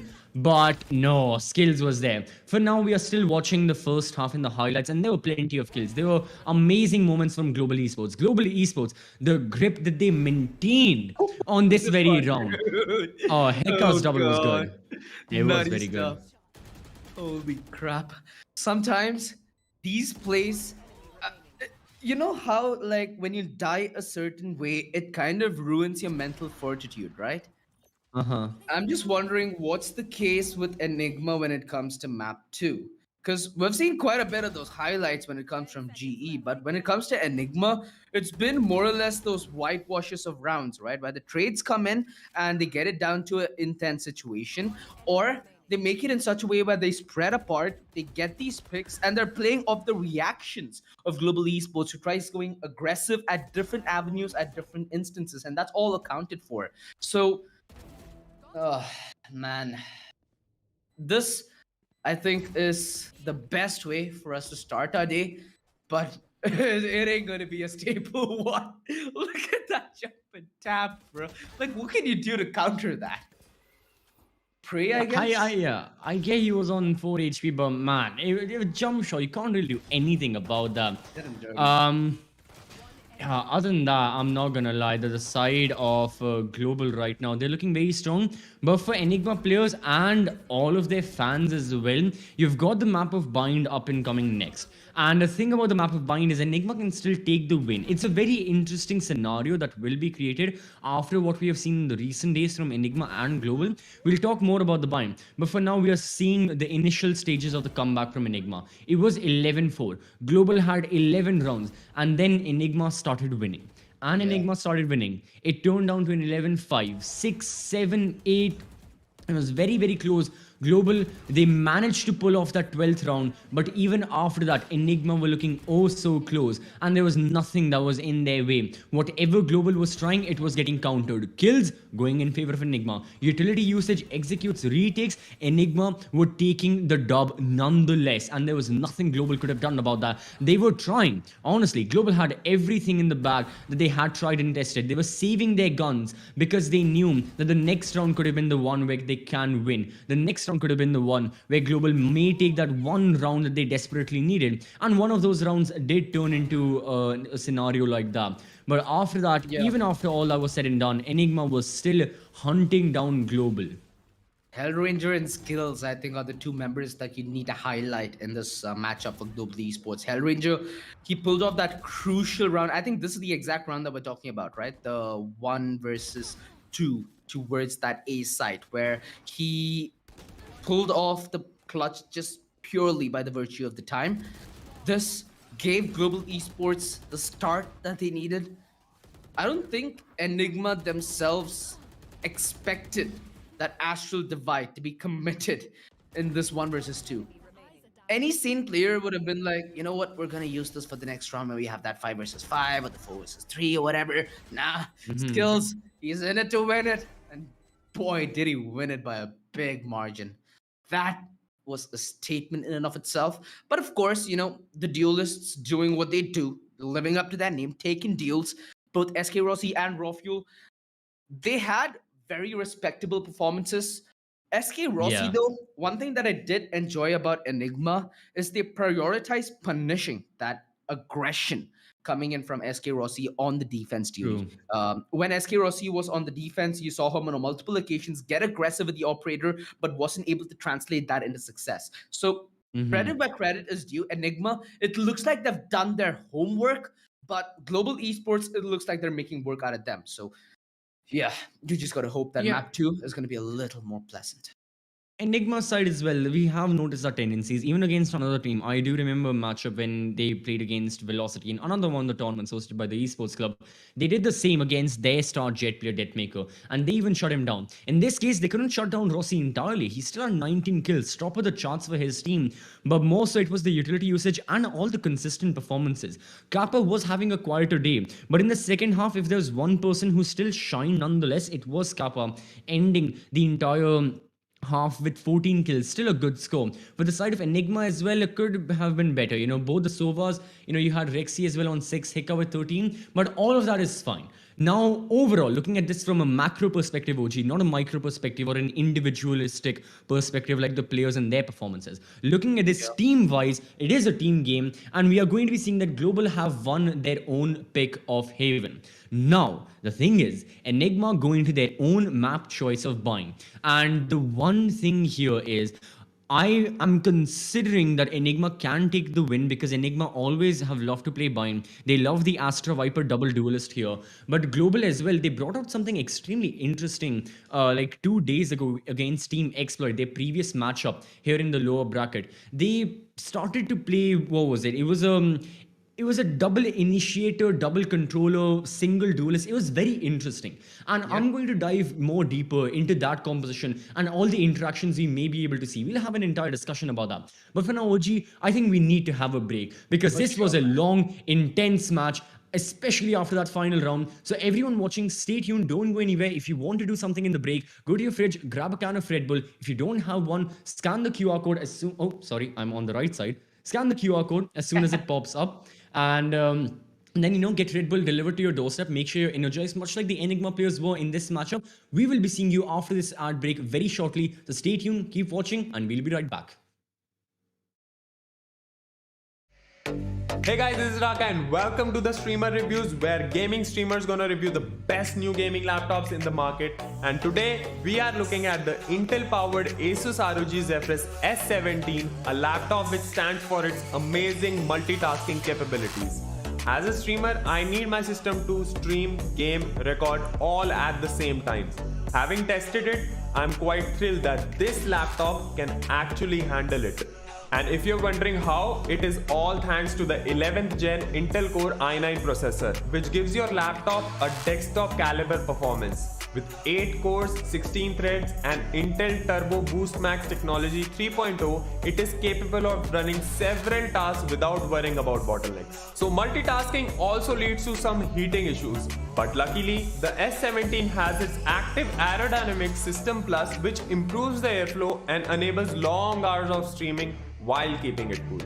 While choosing for a laptop, I also look for fast connectivity options for my accessories such as Stream Deck and capture card. But thankfully, the S70's Intel Thunderbolt 4 is very sorted in this regard. This one port lets me connect to all my accessories easily thanks to its blazing fast bandwidth speed up to 40 Gbps.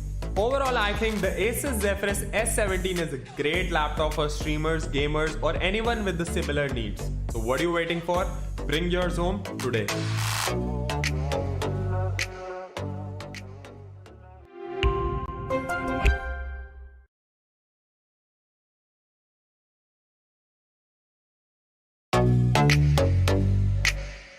Hi guys, this is Zaya and welcome to Streamer Reviews, where gaming streamers review the best new gaming laptops. Gamers are an impatient bunch, and I've got a laptop just for you. Let's look at the top 3 reasons why the Acer Predator Helios 300 is perfect for the impatient gamer. Number 1. Its 11th Gen Intel Core i7 processor, which brings out the potential of the GPU's high-speed GDDR6 memory to ensure faster experience with higher frame rates and lower latency. Gamers hate long load times. That's why our second reason is the Helios 300's 2TB PCIe SSD. The SSD operates at PCIe Gen 4 speeds, giving you incredible read-write speeds for a faster response time. If all this wasn't enough, check out reason number 3. The 5th Gen Aeroblade 3D technology plus Vortex Flow, which lets you say goodbye to heating issues. Shout out to the Predator Sense dashboard, which lets you monitor your system, overclock, and customize everything instantly from one place. I think it's clear that this system is geared for super fast results. Get your Acer Helios 300 powered by 11th Gen Intel Core processor now.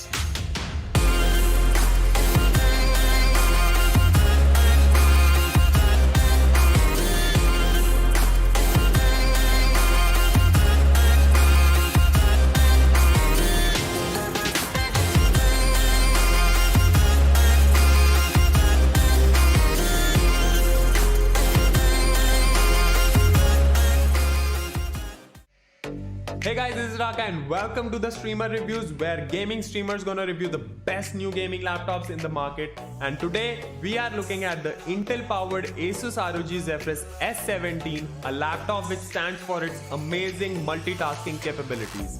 As a streamer, I need my system to stream, game, record all at the same time. Having tested it, I'm quite thrilled that this laptop can actually handle it. And if you're wondering how, it is all thanks to the 11th gen Intel Core i9 processor, which gives your laptop a desktop caliber performance. With 8 cores, 16 threads and Intel Turbo Boost Max technology 3.0, it is capable of running several tasks without worrying about bottlenecks. So multitasking also leads to some heating issues, but luckily the S17 has its active aerodynamic system plus, which improves the airflow and enables long hours of streaming while keeping it cool. While choosing for a laptop, I also look for fast connectivity options for my accessories such as Stream Deck and capture card. But thankfully, the S70's Intel Thunderbolt 4 is very sorted in this regard. This one port lets me connect to all my accessories easily thanks to its blazing fast bandwidth speed up to 40 Gbps. Overall, I think the Asus Zephyrus S17 is a great laptop for streamers, gamers, or anyone with the similar needs. So what are you waiting for? Bring yours home today.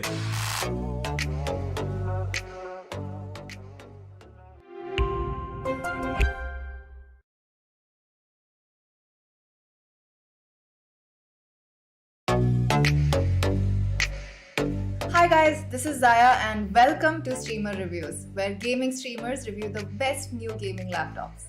Gamers are an impatient bunch and I've got a laptop just for you.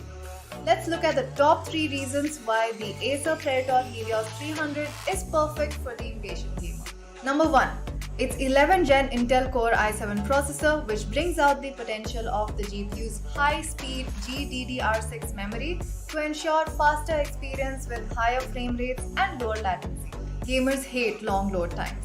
That's why our second reason is the Helios 300's 2TB PCIe SSD. The SSD operates at PCIe Gen 4 speeds, giving you incredible read-write speeds for a faster response time. If all this wasn't enough, check out reason number 3. The 5th gen Aeroblade 3D technology plus Vortex Flow, which lets you say goodbye to heating issues. Shout out to the Predator Sense dashboard, which lets you monitor your system, overclock, and customize everything instantly from one place. I think it's clear that this system is geared for super fast results. Get your Acer Helios 300 powered by 11th gen Intel Core processor now.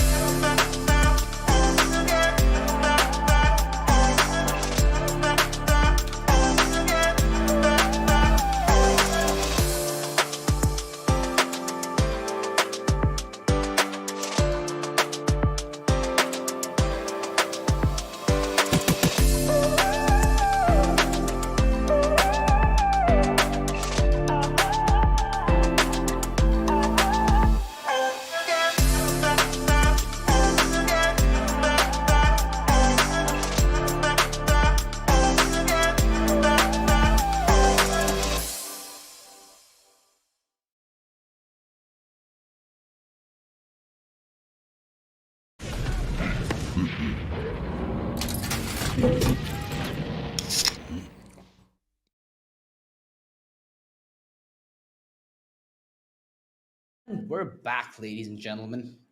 It happened to be a small delay, but I think good things are worth the wait, right? And we have Yeah. nothing but the best for you because we have map 2 of Bind between Enigma and Global Esports coming up, ladies and gentlemen. Considering the first map of Haven came so close, this map is going to be Enigma's chance to rebuttal because it's their pick, A. B, they showed what they're made of in Haven, especially when that comeback train started to be a reality. Global Esports, they were able to clinch this due to some heroics pulled in by both their leader, that being Hellranger, and skills with that beautiful outplay towards that last round. Heading into Bind. Now, there are going to be a couple of fundamental differences. So, Haven, a map that kind of follows that yin yang rotation pattern between the defense and the offense, but on a map like Bind, a map which is far more easier to throw fakes at, a map where it's a little more, what would I say, risky to commit a complete rotation as a defense. This is going to be Enigma's true test because it's going to be harder for them to quote unquote sneak past the defense and make plays happen, which is something that was in the back of their mind, especially on their attack back at Haven. So let's head into draft, ladies and gentlemen, because that's going to be half the game decided before the game even begins. We know the draw from the side of Enigma. I've said it multiple times in other tournaments and in the Challenger Series as well. It's going to be Astra Viper double duelist, and that's exactly what happens. RVK goes for that. Anti will be on the Astra as he always is. Raw Fuel, Hiccup, Rexy, everyone with the same composition. This comp from Enigma hasn't changed for the course of months. It is the same comp. It works. It is effective, but Global should have a counter to that. What Global are going for is pretty interesting. Okay, they are also going for Astra Viper double initiator, and now this I believe is the same composition Global went for against the side of Exploit as well. No, that's not what they went for against Exploit. Against Exploit, Global, I think they did. No, did they have a breach? They didn't. Sorry, it's my apologies. So Global are going to go for Astra Viper double initiator as well. Enigma are going to go for Astra Viper double duelist. On the side of Global, we are not going to be seeing a single Sentinel. On the side of Enigma as well, we won't be seeing a single Sentinel. So there's only one major difference that's going to be happening. Astra Viper is there. You've got the side of Sova as well. It's just that difference of once you have a Sky on Hellranger and on the other, you've got, Raw Fuel playing the Jet. So this is the one major difference that is going to happen. Global are relying more on the utility and information, and Rossi will be fragging much like he did against Exploit as that alone raise. Meanwhile, for the side of Enigma, they've got Raw Fuel and Hika as the double duelists, and they can play more by face checking things and just peeking corners in getting those duels. Yeah, the one thing that is a little bit of a bother though for Raw Fuel is whenever you're gonna play against that double initiator lineup, right? When you're gonna go aggressive as the Jet to go for that early kill and dash out to safety, you're gonna be met with a lot more utility than you would with a single initiator. There might be that off chance when there's a single initiator comp against you that you find that loophole and hope that maybe the Sova or the Sky goes the other way, right? Here it's gonna be far more harder and far more unlikely. Considering the prep game that we've had from the Global Esports side, they seem far too relaxed, far too ready, and far too composed for this. But Enigma, they've been no slouches themselves, almost getting map 1 under their bag. Now it seems to be going the distance, but that's only if Enigma are able to push and make this work. The pistol, it's gonna be the side of Global starting on defense duty, while Enigma, they have to start things on the attack. The initiator combo, it's fairly split. You have the Sova being all the way towards B long. Meanwhile, you have both the Sova and the Sky playing towards B long. So with there not being any initiator set up towards the A side, that leaves it a little vulnerable, not only to maybe a surprise jab, but also that commitment without there being any hope to fight back. Shock darts being lined by Kappa to deter RVK from getting any more information. And now the reveal gives away Kappa's game.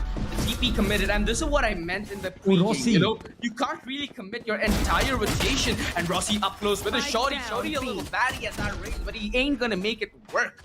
Kills spamming his way through the smoke. Last player Oh my standing. goodness! Spike planted. Skills! He's no chills! He's making work of whatever is left of Enigma Gaming. That fallback fell into his hands. And now Antidote needs to call upon all the years of experience that he has and put it to good use. The suck doesn't reveal anything, and they're just sitting duck skills. The quad killers, this man just does not take no for an answer. 4K for him, and a round that Enigma could have taken, but Global just snatched it out of their hands. The execute on A was looking very potent. For a second, Enigma had everyone fooled that they were going to plant there. However, they didn't have Rossi fooled just yet. Global knew about this. Rossi, he got the first kill, but unfortunately, well, the shot is only so much potent as it can be. And honestly, the shot doesn't completely work. But in the case for Global, skills and his ghost absolutely worked, delivered, and won for their team, allowing them to go for the anti-eco right now. But that doesn't mean Enigma are going to save up everything they have. They themselves are going to go for upgraded pistol. We can spot plenty of frenzy, sheriffs, and ghosts with their side. So keeping that in mind, Global have still got to be aware while taking these long range and even short range gunfights, because these frenzies can be deadly. In this case, Lightning Fast, he gets one kill, sends Raffle to the Shadow Realm, and Antidote follows through. However, now SK Rossi is holding the aggressive angle with the charge. Look at that headshot, just peaks wide. And he was already on very minimal HP, but it still works. And now the side of Enigma Gaming, well, they are down to 3 members. They still have these upgraded pistols. They can pick up that sheriff, but against Rossi's judge, does anything really matter? Rossi also has the pain shells. He will throw his own as he evades the one from Hika. Now he's pushing in, flying away with the satchels. One, that's the second, that's the spike drop. Earlier it was skills, now it may be Rossi with the 4K. Yeah. Man's really popping off. Seems like the Bangalore duo is keeping Global Esports very far ahead of Enigma and RVK. Trying to play. Oh, alright. I mean, kills, sure, he had that quad kill with the pistol, but RVK is like, bruh, those pistols take my name. SK Rossi, he's gonna be delivered the quad. And that puts him so much closer to the showstopper. Now, the one thing I love about Raze, especially on Binders, you can make use of the TP with your aggressive utility, right? But the avenues of attack into the site are so narrow that the showstopper becomes one lethal piece of utility that you have carrying in your back pocket whenever it demands it. Now, if a man like SK Rossi is gonna pop off this early, by the time that the first buy comes in, which should be right about now, let's say he gets the aggressive frag and he's able to get the orb on the back of Skills' cover. That puts him so much closer. And mind you, there is that flash setup from Hellranger through that TP from time to time to get information on Raw Fuel's position. The reveal, it gives away Skills' aggro, but SK Rossi is able to fall back. Now that's information taken by Rexy and, you know, a mile ahead of that as well. Gonna send the out drone. Is there gonna be the actual suck? No, there ain't. They destroy the Aldrone and they push Enigma Gaming back. That looked like it almost connected. I'm pretty sure the boombot did not do damage though. Antidote, position discovered. They are trying to play this one aggressive through hookah with Global Esports. They're falling back towards the side. The boombot, it blows up Hellranger's HP, but he's still able to wave Antidote's head. The nade is phenomenal by Hika, but still, they need to commit to that push. And close range, these specters will melt through you like a butter gets shredded by a knife. Well, it's going to be the Vandal of Sticks, the Phantom of Lightning Fast, and like you mentioned, the Spectres there. RVK now all alone. He's left there and for a double by getting rid of Kappa and Lightning Fast, but Global still win their pistol round. And the thing right now is that Enigma, their attack, well, they're falling into the same scenario of what was happening on Haven. Global were just winning and winning. Now, I do understand that on this map, on the map of Bind, Enigma's defense is strong. Statistically, Bind, defensive-sided Bind, sorry, is like Enigma's second strongest, just falling short to Ascent's defense. So for that reason, I get why Enigma will be far more comfortable on their own defense. However, that still doesn't translate to, you know, only like a 9-3 or a score similar to what happened on the map of Haven. Now, with upgraded pistols, Heka all alone will be pushing through. He hasn't used his boom bot. He will now. Rossi can peek. Oh, he gets one. 6 HP he leaves Heka without any way to heal himself. And yeah, Heka just dies by the hands of the shock dog, but enemy so does remaining. Hellranger. And all over the map, you're seeing kills straight place. But Rafu, look at that headshot with the Sheriff. Just stuff happening left, right, and center. And even in this eco of Enigma, they've managed to get 3 kills, get the spike, and Rafuel, who knows? He may get the clutch. He may. Oh, goodness Christ. This could be in the realms of possibility. Raw fuel. Chance. A miss. Yeah, doesn't hit the home run. 4-0. Global Esports. That came close to comfort, but now you see the alt game starting to sync up. Now, on the side of Enigma, you have the Viper's Pit, you have the Astral Divide. Cool. But on the side of Global Esports, you have that showstopper up. Now, Enigma, the way they've been playing, they've been trying to group up against this. That's the wrong call to make, though, especially against SK Rossi. Man has no fear.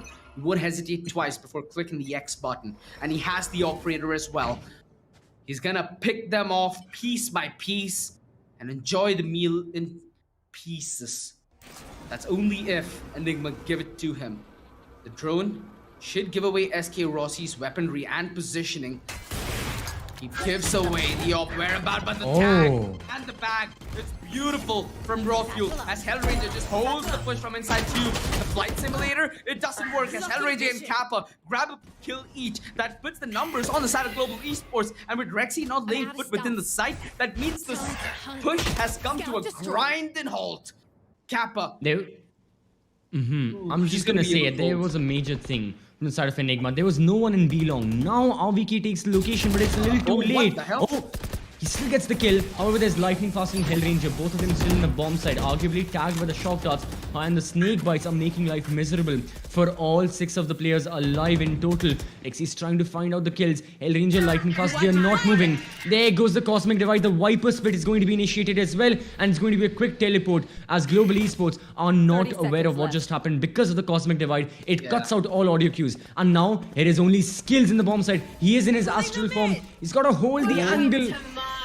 Do they know about his location? He's holding. He gets 1. That's good. 15 seconds. He's pushing in. Oh, there's no need for the classic. What? However, this leaves Lightning Fast all by himself. 1 versus 2. He can kill RVK. He's going for the spam fire. Can he get it? Yes, he can. He can attempt to defuse the spike as well. I don't think Rexy has enough time. He may as well. The half defuse has happened. It is now a 1 versus 1. Lightning Fast has reloaded. He's pushing through. And look at Rexy's shot. Alright, great stuff from Enigma to get their first round. The amount that we needed to commit to make that fake work and to get that first round on the board. Damn, Global Esports really making them work for it here. And mind you, they didn't face much of Global Esports around prior. They didn't have SK Rossi take a shot at them with the operator. The only thing he shot was that owl drone. SK Rossi still has that showstopper. And more importantly, now the Hunter's Fury and the Seekers are up on the side of Global Esports. These are all big ultimates that they'd be more than comfortable with to play the post plant. RPK anticipates aggression up close. But that was beautiful reactions. SK Rossi whipping on the ultimate. Beautiful follow-up from Rexy. And with the support that Antidote has in the form of the Astral Suck, there was no way that SK Rossi was going because he was stuck. That stung like a bee. And whew, they found the antidote as well. They found the antidote in the form of not having to sweat. They have money, which means they can go for it again. The only thing is, all the buffer money they've built up, the buffer scoreline as well, if they lose this round, it goes down the drain. That is true. And Enigma, their side right now, well, they've got to make sure that, all of this keeps on working. The economy still remains intact. Meanwhile, for Global Esports, they still have the 2-round lead, and on their defense, they would surely love to be in the advantage. You've got Rossi on top of the boxes right now with the rifle, just holding these angles. Lightning Fast as well, holding a close quarter combat angle. And RVK gets the opening kill, and yet again, Enigma looking strong, especially after all of these trades. Enigma have 3 members on board, make that 2, as Lightning Fast gets a cheeky little kill onto Heka, eliminating him, catching him off guard. And the spike is, the spike is on B. And now here is the spike retrieval process from Rexy. Taking it. Now does he go over to B? RVK is here on A. He can make some noise. TP back to B. And Global Esports won't have a darn clue of what just happened. Or they might. The spike. It's gonna go. It's going back to A. What's happening? And Global are going back to B. RVK just has to play this calmly. Rexy is in the bomb site. He is planting the spike. For Global to rotate over, it's going to take another 15 seconds. And those are 15 seconds Enigma won't mind letting Global take freely. Is it B or not B? That's been the question the entire round. Now, Enigma, they're fighting for reaching an equalizer. Information relay. They know exactly where SK Roshi is playing from, but RVK is still worried about a flank does not come. A dink coming in from Rexy. Beautiful adjustment on the spray, and Rexy, his gunplay is downright beautiful. Well, I'd say he's been the man for Enigma. Been giving them these crucial rounds where he's come alive. Whew. SK Rossi. If only that showstopper could have yielded a little more from the potential it had, it would have been a completely different story. For now though, this rebuttal from Enigma at a very crucial stage of this game. They can't let go of the first half and bind like they did in Haven, or else it's gonna be hell for them all over again. And that could just fracture their hopes. Global Esports on the lesser weaponry here, mind you, CCV. So we've seen them do this before in the past. Just gotta hope that Enigma have learned well to respect Global Esports. Regardless what guns they have, they can sure as well give a bun or two. Bomb buddy out.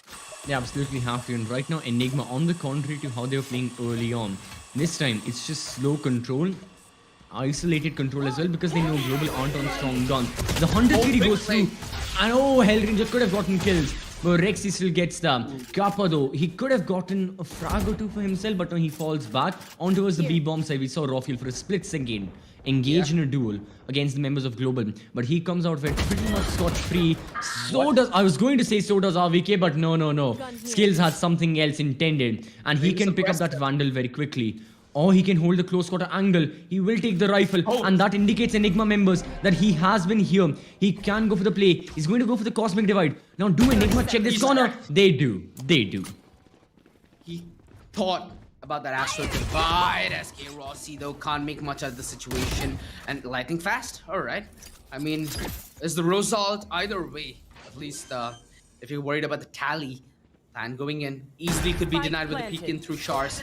Global Esports, they're gonna make this one very, very expensive. Even if they do end up going down, they're committing their own ults for this as well. Lightning fast, waiting for the peek from Antidote, but I think both Antidote and Raw Fuel know exactly what the— Oh my god! The tap and the clap. He's able to make this one stick. The hit so quick. His technique phenomenal.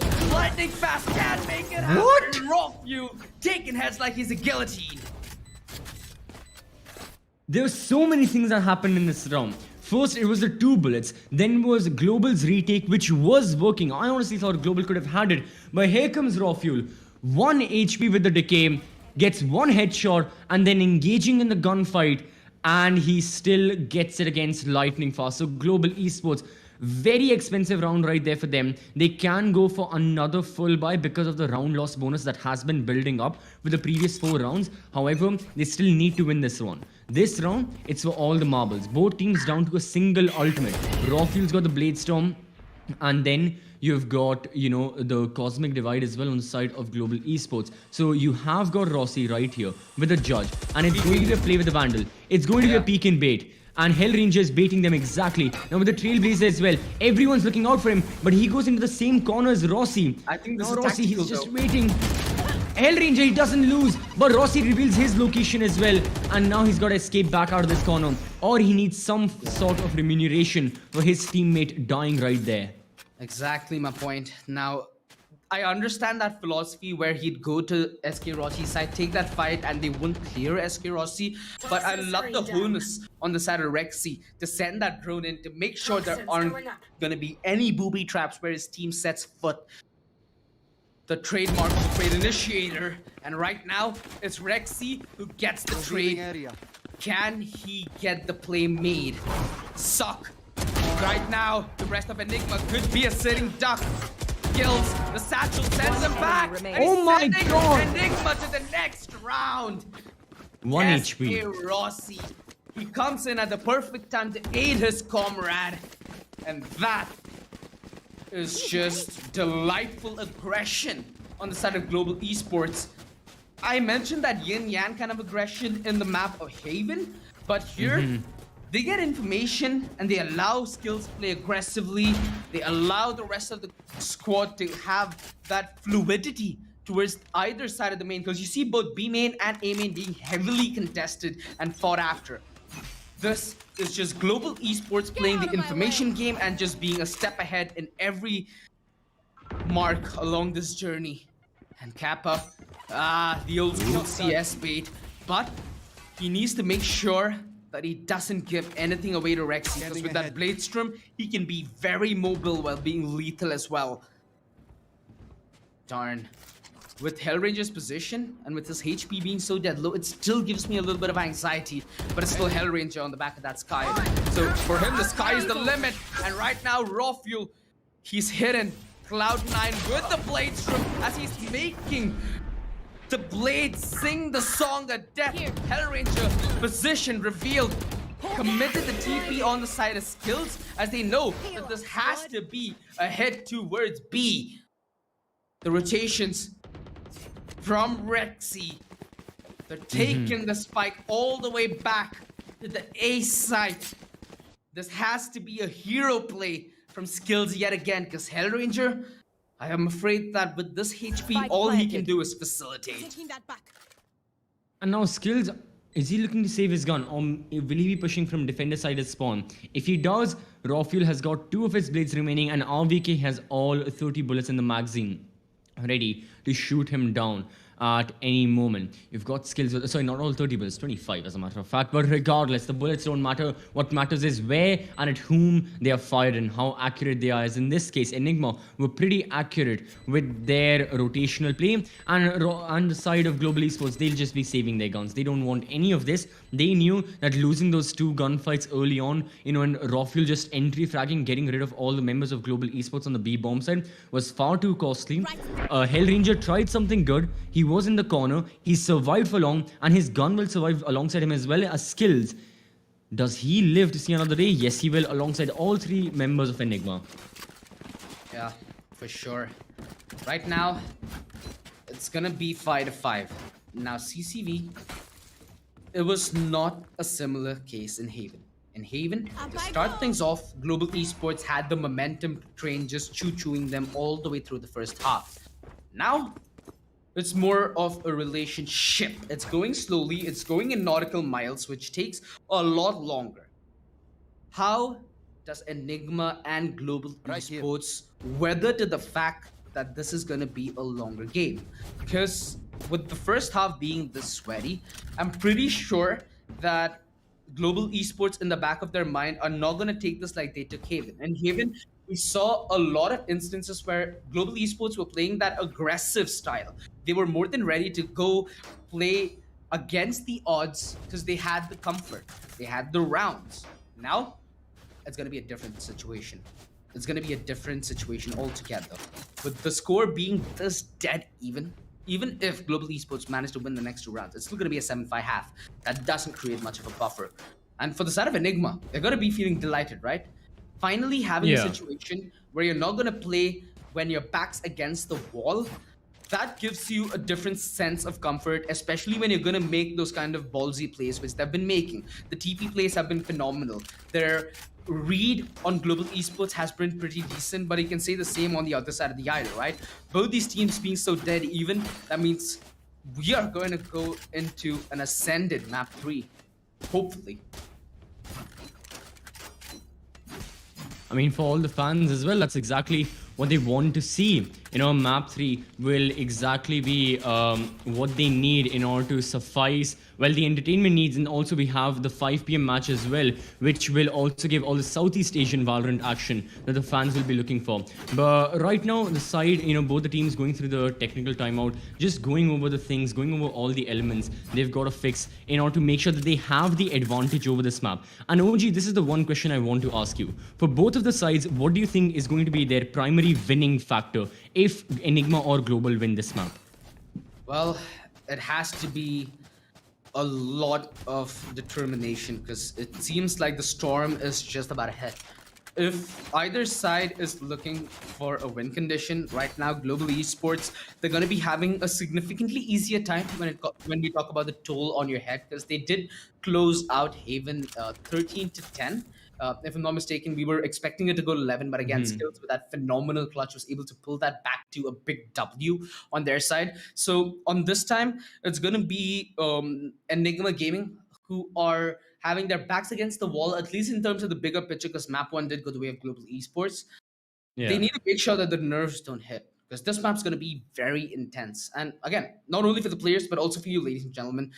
We might have like maybe 2 minutes left before we do go back in the game yet again. A small tech pause is what we're going to be waiting out. So, given that we have a little bit of a breather, given that we have a little bit of sanity restored, what do you take from today's game? Because I think there's a lot for us all to learn from watching these players play, considering that they're the best, some of the best that our country has to offer. Do you think there's something that you took away from Haven and maybe what we've seen of Bind? For the side of Global, it's going to be they've still got to make sure that they don't lose out when they're right at the cusp of winning. And we know Haven for a fact that was the case. 9-3, 11-4, 11-8, 12-9, somewhere around that, then 12-10. It could have very well gone into overtime, and from OT, nobody really knows what could have happened. So for that reason, for Global, it's got to be as soon as they have that grasp, that firm grasp maintained on a map, they don't give it away. They should not give it away. And they take the entire map for themselves. That's thing number one. For the side of Enigma, they're still improving. And we can see them day after they improve. They had won the map of Global very recently in some other tournament. In this case, they lost the map of Haven. But still, the comeback was looking extremely strong. To be down 3-9 and going to 13-10, perhaps, in my opinion, which could have been a 12-11 had it not been Skills and that Cosmic Divide, that final insane round that took place. Had it not been for that, we could have seen OT. We could have potentially seen Enigma winning again. But the fact that they came so close on Haven shows that Enigma are improving on other maps as well. With Split, it's been a pretty dominant part of... It's been a pretty dominant journey that they've had recently. They've started winning and winning and winning, often at times taking the map of Split against Southeast Asian teams as well and winning those. But right now, we are still going to talk about Bind. We are still going to talk about, round number 11. The penultimate round of the first half is upon us. Credit economy won't be mattering too much, but Global are still struggling. So they need to win this round. If they don't, then it will mean that, yet again, the final round as well, it will be a bit difficult for them economically, and that can essentially mean Enigma win this half 7-5, and they'll go into the second half with the lead. Yeah, they will. Let's see if that is to be, because like you said, the Astral Divide on either side has made big impact prior, and SK Rossi, he's gonna deliver a nice kiss Spike to down, face a raw B. fuel, and that's a kiss that I'm afraid takes him to his grave. Kind of opposite to Cinderella's story, but regardless, the only Cinderella story that Enigma going to be happy about is they've gotten the spike planted. A feat that has been significantly hard throughout the course of this matchup. The Astral Divide committed. Hika, he's thinking about this. He wants to play this one aggressive. There's not going to be utility committed his direction. He's set up for a perfect play. And mind you, the post plant is still relatively strong with the Viper still up. Enigma, they're split by utility, united by position, but divided by Global Esports. The defuse, it's half stuck. They need to secure this, but a perfect kill through the smoke. RVK, the young blood, keeps it pumping through the hearts of Enigma. Last round in the half. Not only do Enigma get this round win, but the fact that they eliminate all the rifles, all the guns that Global had, essentially now means that, yeah, Global are dirt poor right now heading into round number 12. So again, a great round, all onto the shoulders of RVK, and that Snake Bite, also the positioning towards right here, Octagon, B-Long, whatever you want to call it. Global are going for whatever they can afford, half armor on 3 of the members. 2 judges, Bulldog, Sheriff, yeah, their buy isn't strong. They're just getting whatever they can. We have Rossi again holding this angle with the judge. He will destroy the boombot, launch and deploy his own, and that will soon enough be destroyed as well as the members of Enigma. All of them are ready for the A take. Down goes the showstopper from Hiccup. He is ready to use it whenever and wherever he wants. He's going into U-Halls right now. He fires it and lands the kill onto Lightning Fast. And so does RVK using the Vandal onto Kappa, who was teleporting away. Global are ready for the retake. The judge in close quarter combat. It's good for one. It may be good for the second. Everyone is splashed. The showstopper from Rossi. It also gets a kill. That too in U-Halls. And is now a 3 versus 3 where the spike has not been planted yet. Yeah, Enigma. They've lost the numbers that they gained. And now, position. At least that is something that's a little more flexible on there. And I love that. Pretty good discipline to see if there's more bodies that he can potentially make cold ones off. But it's going to be SK Rossi still having this judge. Now, he'd prefer to upgrade this judge into something else if he has to commit to that retake situation for the sake of versatility. But with RVK committing that Viper Spit here, they're going to anticipate an SK Rossi rotation, which isn't the case. Rexy. Man, this guy, his spider senses are tingling to a whole other level. And Enigma, they have themselves the lead walking out of the first half. This is what I was waiting for. Global Esports, they've proved to us that they could be the best in the country. They've proved to us that they're champion material. But when they're going to be on the back foot, at least in terms of this matchup, let's see what their response is like. Because the pistol, that's going to be the first important part of this puzzle that they need to piece together for having a 2-0, securing them at least this lower bracket run.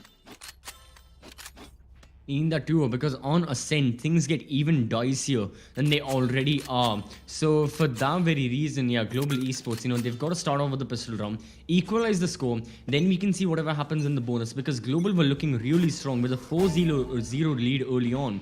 But then Enigma started winning, and Global only got a single round after those 4, and Enigma got 7 of them. Right now we see the gravity well go off, the boombot is well stuck in it, SK Rossi tags Hiccup, but he himself goes down to 26 HP and potentially dead. Oh, both the races die by each other's pain shells, and Kappa gets the first kill for his team before being quickly traded out. So we are seeing the trade game happen right here. Antidote, he was completely lopsided, all alone, isolated on B-Long, and this will be a spike plant for Global in a 3 versus 2 scenario. So OG, the pistol round is looking good. Enigma, they are on the retake. They have the slightest bit of utility, out of which Rexy is going to be using the recon bolt, try and find out some about the location of some members. The shock dart goes as well, but everyone in Global is just holding the long angle, and Rafiel has got to face check things if he wants to get those kills, because otherwise Global can play on the basis of the Snake Bite as well if they would like. Lightning Fast does stay alive. Skills, he gets one. No, he doesn't get one. It was Rafiel who got the kill onto Skills, then onto Lightning Fast as well. Guiding Light goes through. Hellranger's got to do something about it. 1 versus 1 now, and Hellranger does it. 2 versus 3 into a 1 versus 2 into a 1 versus 0, all because of the sky. Big Papa bringing home the big clutch. That was a beautiful 1 versus 2, and I really love the way Enigma played that 1 versus 2 as well. You can see that initially it was the diffuse that was completely being stuck by the side of Rexy. As soon as he halved it, because he was the player who was not blind, he came out of it and he tried to take that engagement. They had the right idea there, but Hellranger, boy oh boy. Everybody from Global Esports firing in all cylinders. We've seen heroics from Skills, we've seen heroics from SK Rossi, we've seen heroics from Kappa. Hellranger is joining in as well. Lightning Fast is still left on the highlight queue, so if you're Enigma, that's one additional thing that you need to fear. Cough, cough. Let's see if these pistols are able to translate into some kind of results, because we've seen that in this series in the past, right? We've seen either side pull off thrifty rounds, but it was in the back of ultimates, mind you, which is something that they don't have at their disposal. Rexy. Area. Oh my goodness. I have this. That's like a kangaroo peak right there, man. Like, what do you do to fight against that? You just hope your shots Spike land and planted. theirs in the air misses. But with the classic right click, yeah, sooner rather than later, one of those stray bullets is going to hit you. And Especially it's when you hard for work against Hellranger. it. Exactly. And right now, well, Enigma, they have taken 1 kill of Hellranger. Rexy has picked up that Spectre as well, but both members are not on full HP. 50-34, not looking the best. Rossi's holding an aggressive angle with full armor. He can get an easy kill if he would like. The shot One dot, enemy and remaining. he avoids it, but he can't avoid the Spectre's gunfire. And Rexy as well, he can't avoid to fire that weapon and get another kill onto Lightning Fast. But yeah, Global Esports, they've got to make sure they don't give away too much manpower in this round. Rossi's pushing through, and Skills gets the headshot by just dry peeking the corner. And Global Esports, they win their bonus round. It is now back on a 7-7 neutralized score. And now we move on over where both the teams will be playing for that very lead. Yeah. You know, one thing that I'm still looking forward to? SK Rossi finally landing a showstopper. I think that's the only thing left. He For us to did win, one, right? I think. Oh yeah, he did one, but you know, it was close Yeah. range lamps, dude. Come on. If he's SK Rossi, I'm expecting at least a highlight clip. Like, Uh-huh. I'm not 5K. stupid. Like, bruh. Yeah, A 6K at this point, perhaps. it's your innate desires that are coming out, CCB. That's, you know, that's the beautiful thing about having a conversation. Sometimes you don't know when it turns from me to you. Pulling them in. But you know what's gonna turn from me to minced meat? My words.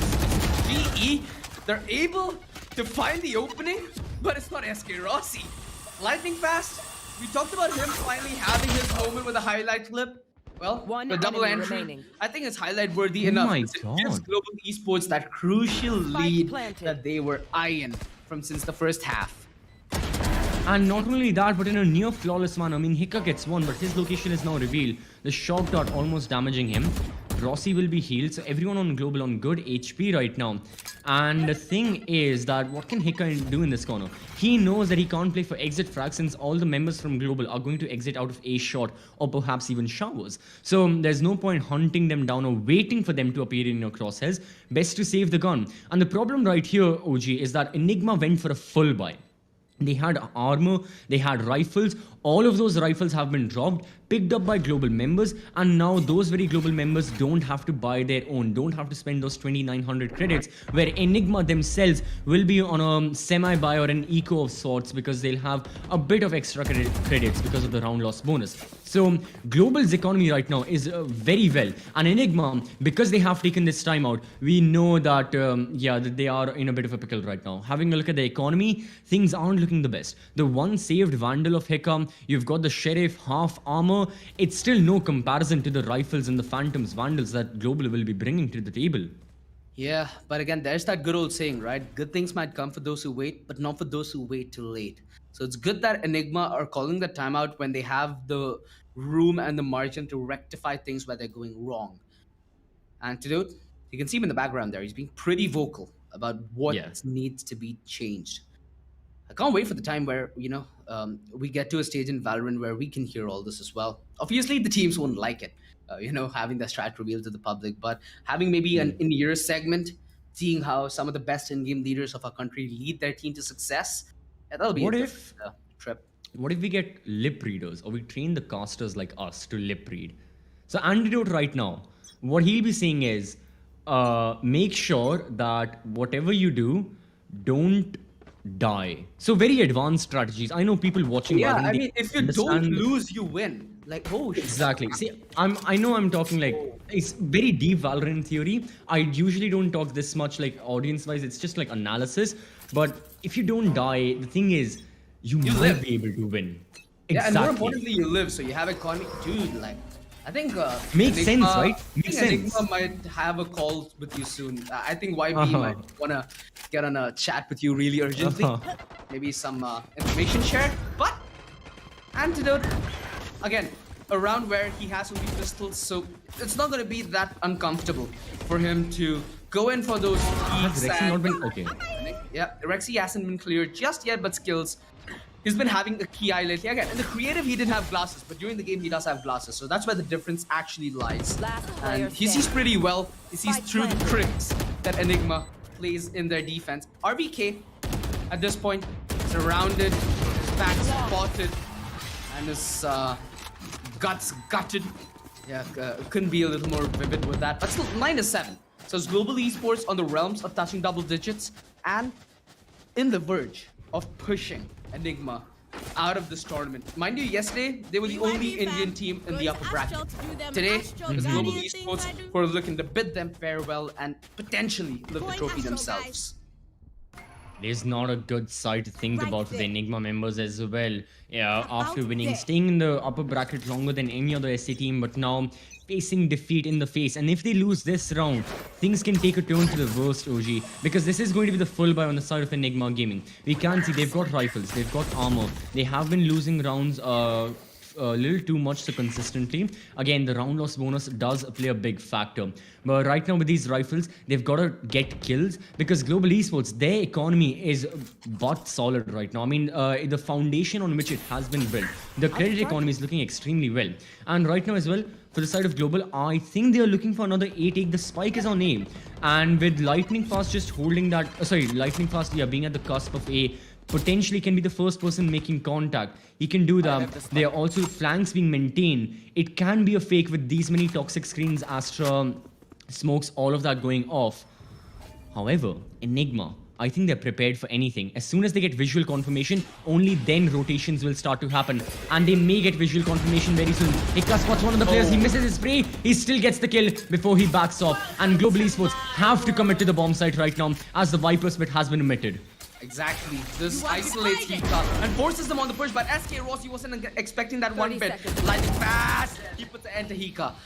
Keeps his hopes alive in this round. If he would have gone down there, so would Spike the cover planted. for the rest of Global Esports. RVK, is he gonna anticipate the positioning from Skills? Spots the gun barrel at Skills. He's sitting duck after that point. A 2 versus 4. The only thing that even makes this doable for Global Esports is the cover that Lightning Fast is delivering to them in a silver platter. The recon ball destroyed, and that's Lightning Fast taking the kill on Rexy. They know the positioning of RVK, but little do they know that their backs are in haywire. Lightning Fast, he falls the shoulder, and is he gonna give him the cold one? Last Yes, he player does. standing. And he finds the trade, but it's a 1 versus 2 required of the man himself, the young blood of Global player Esports on the cusp of an ace. My God! Tap and clap with the classic. Global Esports hit double digits. What a play from the young gun as he brings out the big gun for the big play. All alone, no support, 79 HP, and with the classic, you can see him celebrating right now. He didn't care if he died to the spike. No, the round matters so much more because in the context of the Intel Challenger Series, this round potentially means Global will be moving forward to the lower bracket semi-finals, facing off against the winners of our next matchup. And that's why this round was so important, because Enigma had the full buy, and now yet again, Enigma's economy, it has been tarnished. It has been put a dent in. So, Global Esports, they essentially have to exploit that, capitalize off of that scenario. The Seekers go off, Anti's location will be revealed. Yet again, we see the Hunter's Fury go through as well. And now the Showstopper will go lightning fast. Yet again, he gets a double. His streak is still going. Now it's been put to an end by Hellranger with a quick refrag. Means that Global have entire A-side control. And right now, there's not a single thing Enigma can do about it. Well, Rawfuel is there. He gets one. RVK with a second. It is now a 2 versus 2. Things can still happen if they want to. And both the members of Global, they are in U-Haul. Yeah, information game's pretty clear by Enigma though. They cleared out Shar, so the only 2 possibilities right now is U-Haul and Mid. Oh, RBK had an eye out for this, but he whiffs. The suck. They're not gonna commit on the back of it. They know that Rawfuel ain't gonna be sitting down for this pleasant defuse as they wanna make this as salty as possible. The Hawk destroyed the clutch. Snatched away. Kills. The menace that he is. Has been and will be for Enigma. A very, very crucial play there, RVK. It disintegrates right in front of him. And is that the whiff that costs Enigma their slot in this tournament? Both these teams fighting for two things to prove which one is a better representative for us and which one is gonna end up in the honorable mention. For now, backed against the wall. Enigma, they've been looking really good at the moments. It's been looking bleak. And right now, it's at the calling. A 3 versus 5. If they're gonna make their way back into the series, it's gonna be through sweat, tears, and true grit. Alright, so at least for this round, Enigma certainly so have made that comeback. Earlier it was the flawless round that Global were winning. That got very close right now. Well, SK Rossi does drop the operator, and I think Global will just guard this up. I think they will focus near B long and make sure that no one from Enigma, anyone who dares to attempt take that operator away from the dead body of Raw Fuel, gets their lives taken away. Because if that's not the case, then Global Esports, they're just focusing on saving the round. Rexy's owl drone, it will, for the moment, reveal that there's no one near, but what he doesn't know is the positioning of Kappa towards Herka. And Kappa, well, again, just on the basis of that positioning, he gets a cheeky little kill onto Antidote. He knows about Rexy's location. He's holding the angle. Rexy only misses a couple of his shots, but he still will get the headshot. Rossi now, all alone, 20 seconds remaining. He knows where Rexy is. And with the operator, and with the no-scope, the classic still works. 14 seconds, but the members of Enigma closing in on him, and RVK gets the kill. Sit down, Rossi! As RVK yells out from hookah, popping the smoke and making them broke. They've lost the showstopper. They've lost that operator. Sure, they came close to winning that round. I sensed the clutch genes in Rossi come alive. RVK though, what he wasn't able to pull off with the Sheriff, he's making it do with the big guns. And that's what's counting, right? It's not the case where Global Esports have hit map and match point just yet. There's still room for Enigma to even close this out in regulation, but that's gonna require a Herculean pull, not only to victory, but from the clinch as a defeat. Enigma, no, it's a dire situation right now. This is exactly Haven all over again, where their side, it was... They just, like you had mentioned, they were cornered off, backs against the wall, and they were going for the comeback. The only thing was, back then they had far more momentum than they have right now. At the moment, Global, the momentum that they have been garnering, it is absolutely amazing. And for that very reason, it's Global who psychologically know that they are in the lead, who know that there's not a lot of pressure on them, because even if they lose this map, you still have Ascent, which I'm sure neither one of these teams would like to go. I mean, Enigma, they have no other choice. Global wouldn't like to go there. However, even if they do, they will have one more chance after winning map number 1 of Haven. So for that very reason, Global, all they need is out of these 3 rounds, it's going to be just change out and just win 1 round. Plain and simple. Change out the strategy, gameplay, something or the other. A single round confirms overtime, but they are going for the same full-on A, flood the bomb site take, and at the moment it works as they get the initial kill. But here is the utility dump from the members of Enigma. The reinforcements are coming in as well. Enigma are ready for this take. Now with this poison cloud, is it going to be a fake? It may as well be a fake, it will be. However, Rexy is still on the B bomb side, and Global are taking the longer route. Or they're just playing for A yet again. Yes, they are. This is a very interesting strategy, but I believe Enigma still are looking strong with this 3-man defensive hold. Yeah, they are. The only thing is Global Esports have kind of given away lamps on most of the occasions that they've chosen to hit the A side. So if they're gonna get frags here, Enigma, it needs to be on the back of different avenues. And right now, they take the fight 2 lamps as it is. Raw Fuel trying to hold from heaven and trying to make it a hellish situation for GE. But GE fighting! They're looking to take this to map match and and he doesn't know that there's the person behind him. That was so close. It's like an awkward meeting at the dance floor. And oh god. We've seen this man One enemy full of remaining. big plays. 10 seconds left. 10 seconds The left. 1 versus 1. Initiator, the initiator. My God! This experience that paves its way to greatness. 12 to 8.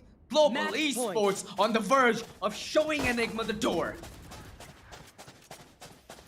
What happened on Haven? OG, if we bring our memories, if we take our memories back down the road, Haven 12th round was won because of a 1v2 clutch by a person from Global Esports. If I remember, it was Hellranger again, and he did it again right here. So this man cannot be stopped. He may not have the highest skills right now, but when he shines brightly as raw fuel. Oh, just for aggressive peak right there. Enigma there buys in looking the strongest. Spectre on Antidote. He swaps out the gun. He spots Rossi and he takes his head off. So both the duelists are gone from these two teams. Enigma, they have another duelist on board. That is going to be Hika, whose POV we are watching right now. Hold off a shot because Global are looking very strong. The toxic screen, poison cloud, everything not allowing Global to execute as of now, but they're still waiting for things to get better.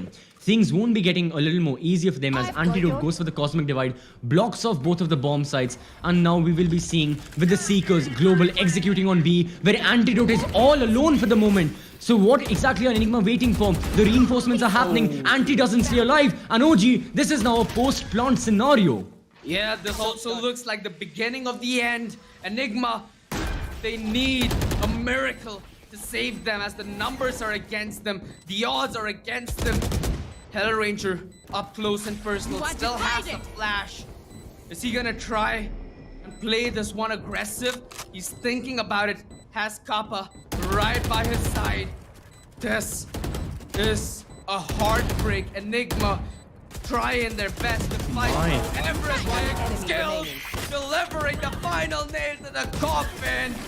Global Esports Attackers win. starting what they finished off, and they ended a magnificent 2-0. That is dominance, but also you have to give it to Enigma.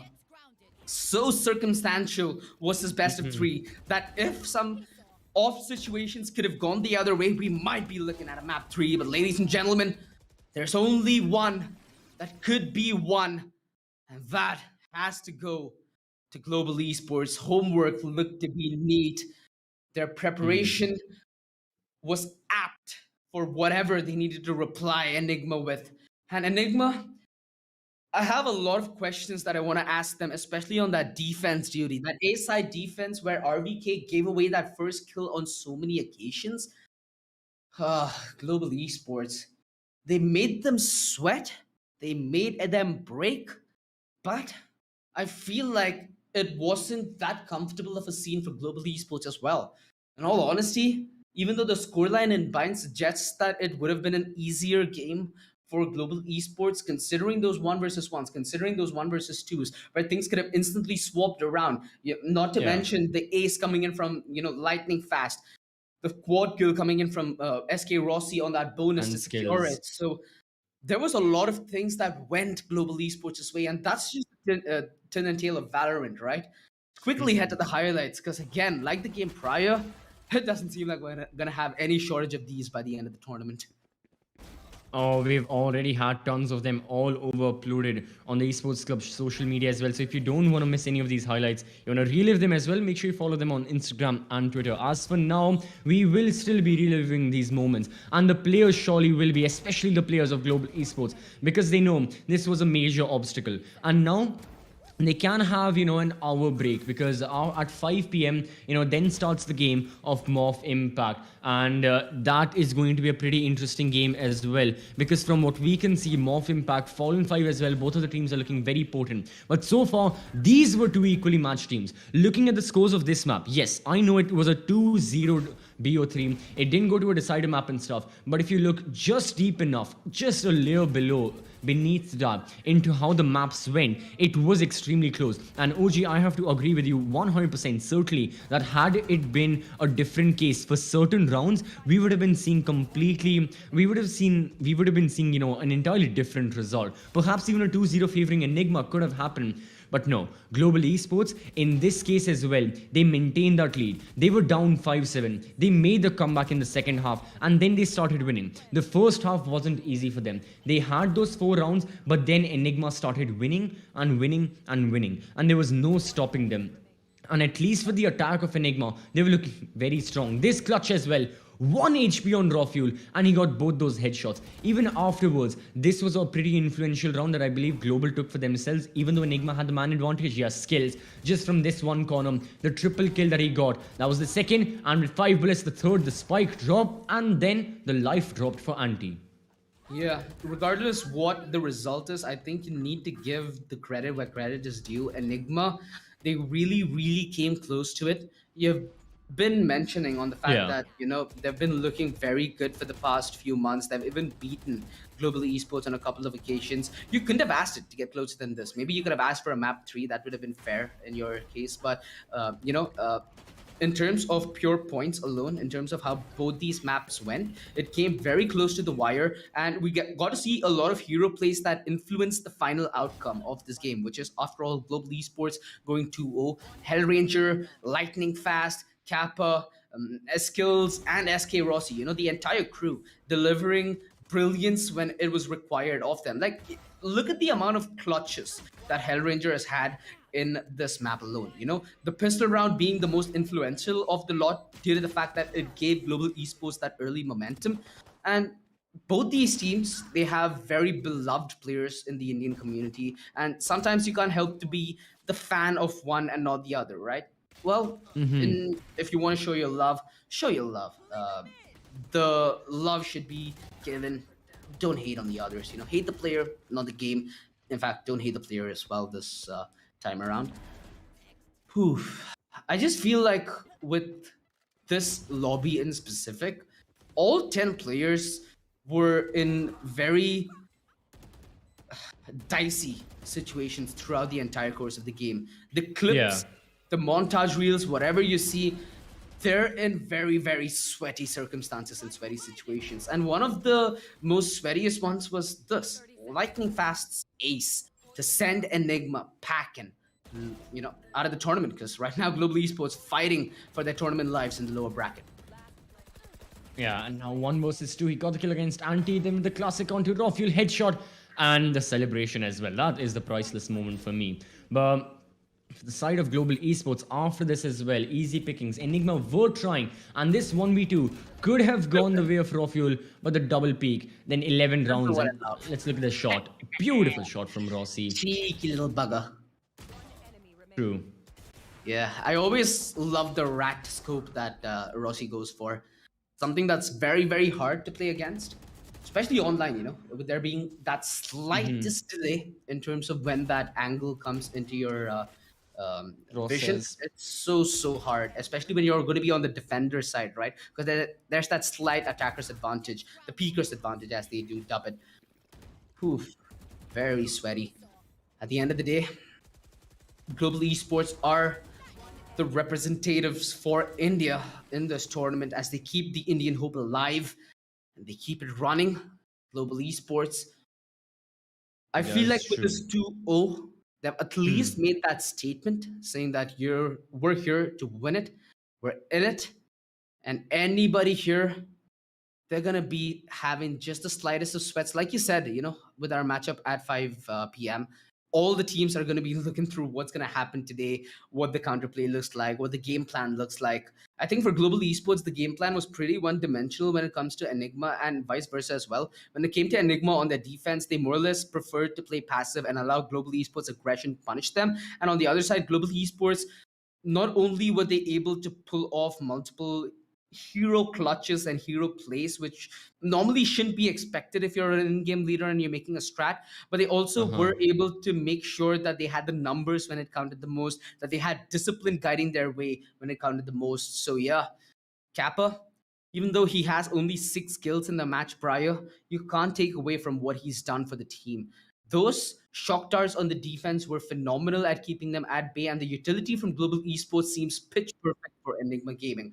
Let's quickly head to the map recap as well, ladies and gentlemen, because it's been a 2-hour extravaganza of Valorant. And hey, even if you did miss out on the show, A, you have the VOD, and B, you have the 5 p.m. show. So if maybe you're gonna be interested, you can just go on, hit the subscribe button, hit the bell button, know every time we're going live, so you don't look silly when you go to your friends and say, "Hey, dude, I missed the Global Esports versus Enigma matchup."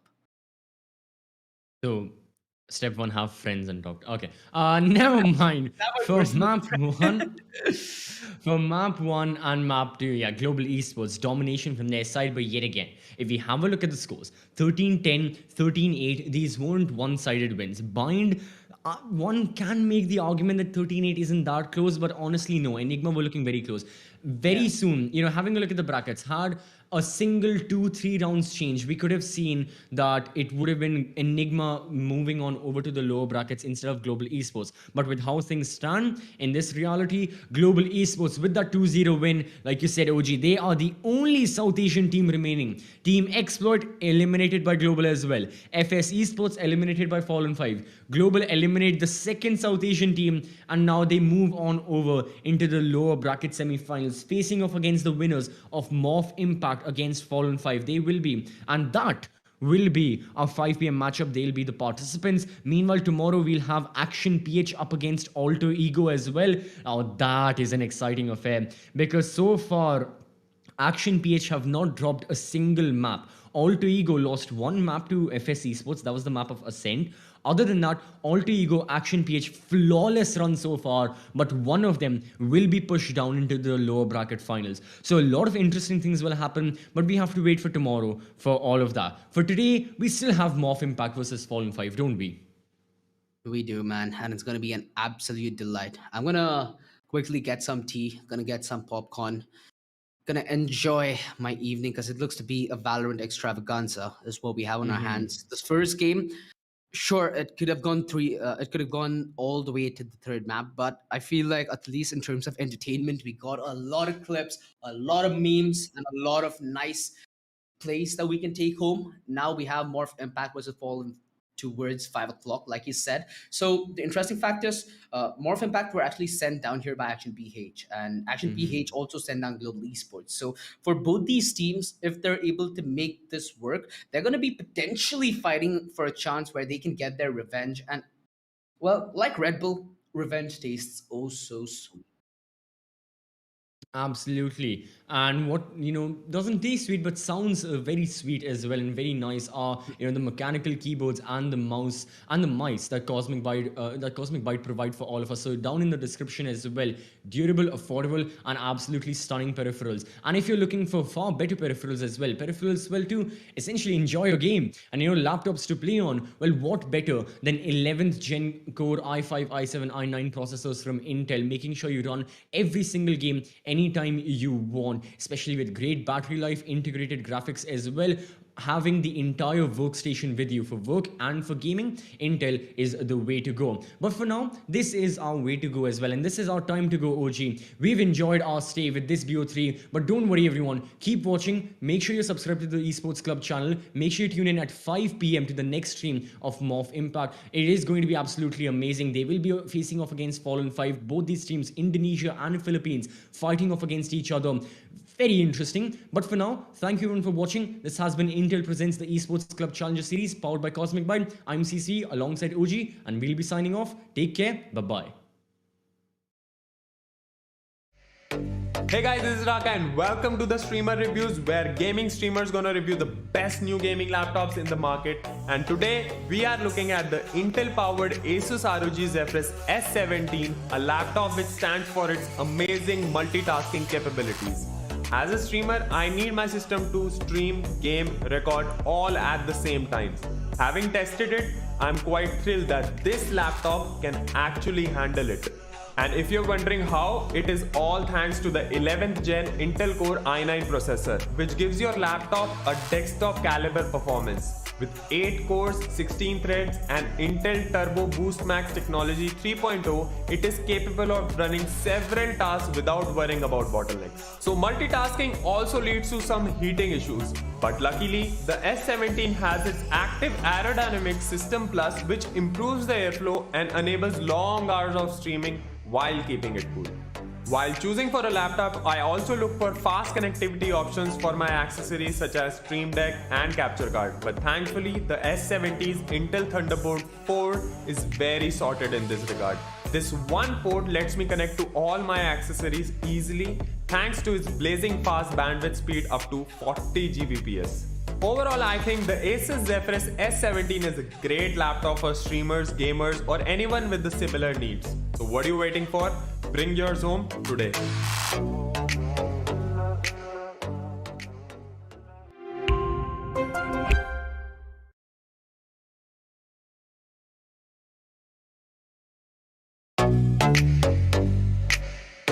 Hi guys, this is Zaya and welcome to Streamer Reviews, where gaming streamers review the best new gaming laptops. Gamers are an impatient bunch, and I've got a laptop just for you. Let's look at the top 3 reasons why the Acer Predator Helios 300 is perfect for the impatient gamer. Number 1. Its 11th Gen Intel Core i7 processor, which brings out the potential of the GPU's high-speed GDDR6 memory to ensure faster experience with higher frame rates and lower latency. Gamers hate long load times. That's why our second reason is the Helios 300's 2TB PCIe SSD. The SSD operates at PCIe Gen 4 speeds, giving you incredible read-write speeds for a faster response time. If all this wasn't enough, check out reason number 3. The 5th Gen Aeroblade 3D technology plus Vortex Flow, which lets you say goodbye to heating issues.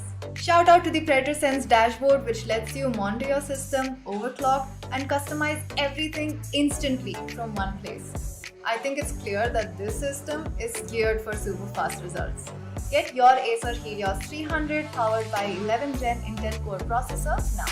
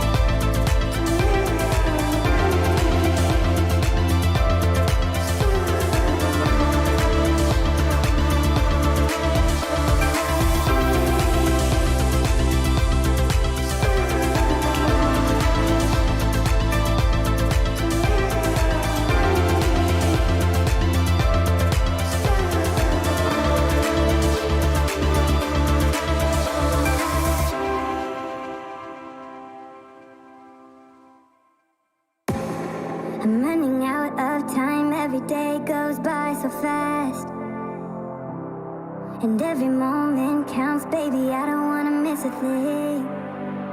We can sleep under the stars, we can sleep under the stars, or hang out in hotel bars, driving somewhere in your car. We can sleep under the stars, we can sleep under the stars, under the stars.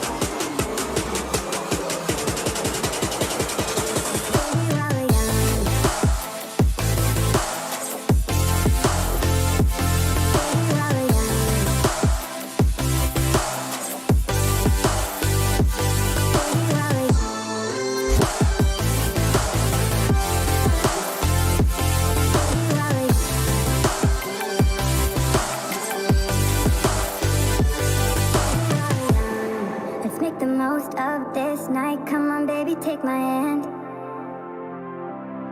And we don't need to do the things we don't want to do.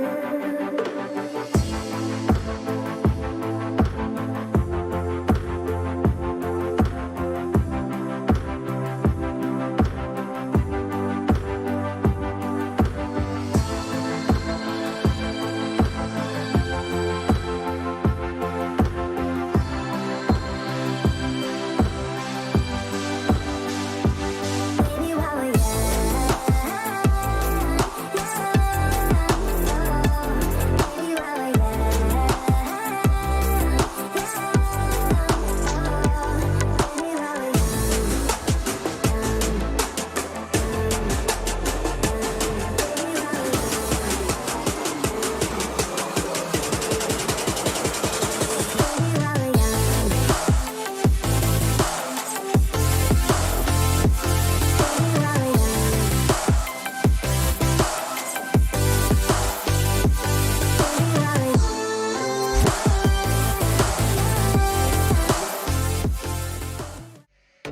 Hey guys, this is Raka and welcome to the Streamer Reviews, where gaming streamers gonna review the best new gaming laptops in the market. And today we are looking at the Intel powered Asus ROG Zephyrus S17, a laptop which stands for its amazing multitasking capabilities.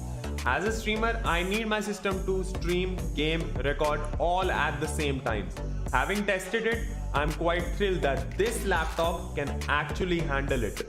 And if you're wondering how, it is all thanks to the 11th gen Intel Core i9 processor, which gives your laptop a desktop caliber performance. With 8 cores, 16 threads and Intel Turbo Boost Max technology 3.0, it is capable of running several tasks without worrying about bottlenecks. So multitasking also leads to some heating issues, but luckily the S17 has its active aerodynamic system plus, which improves the airflow and enables long hours of streaming while keeping it cool. While choosing for a laptop, I also look for fast connectivity options for my accessories such as Stream Deck and capture card. But thankfully, the S70's Intel Thunderbolt 4 is very sorted in this regard. This one port lets me connect to all my accessories easily thanks to its blazing fast bandwidth speed up to 40 Gbps. Overall, I think the Asus Zephyrus S17 is a great laptop for streamers, gamers, or anyone with the similar needs. So what are you waiting for? Bring yours home today.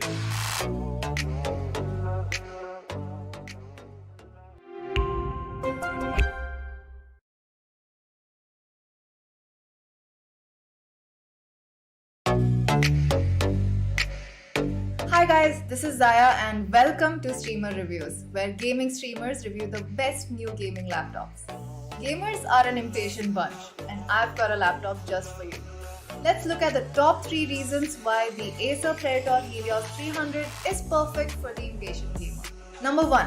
Its 11th gen Intel Core i7 processor, which brings out the potential of the GPU's high-speed GDDR6 memory to ensure faster experience with higher frame rates and lower latency. Gamers hate long load times. That's why our second reason is the Helios 300's 2 TB PCIe SSD. The SSD operates at PCIe Gen 4 speeds, giving you incredible read-write speeds for a faster response time. If all this wasn't enough, check out reason number 3. The 5th gen Aeroblade 3D technology plus vortex flow, which lets you say goodbye to heating issues. Shout out to the Predator Sense dashboard, which lets you monitor your system, overclock, and customize everything instantly from one place. I think it's clear that this system is geared for super fast results. Get your Acer Helios 300 powered by 11th gen Intel Core processor now.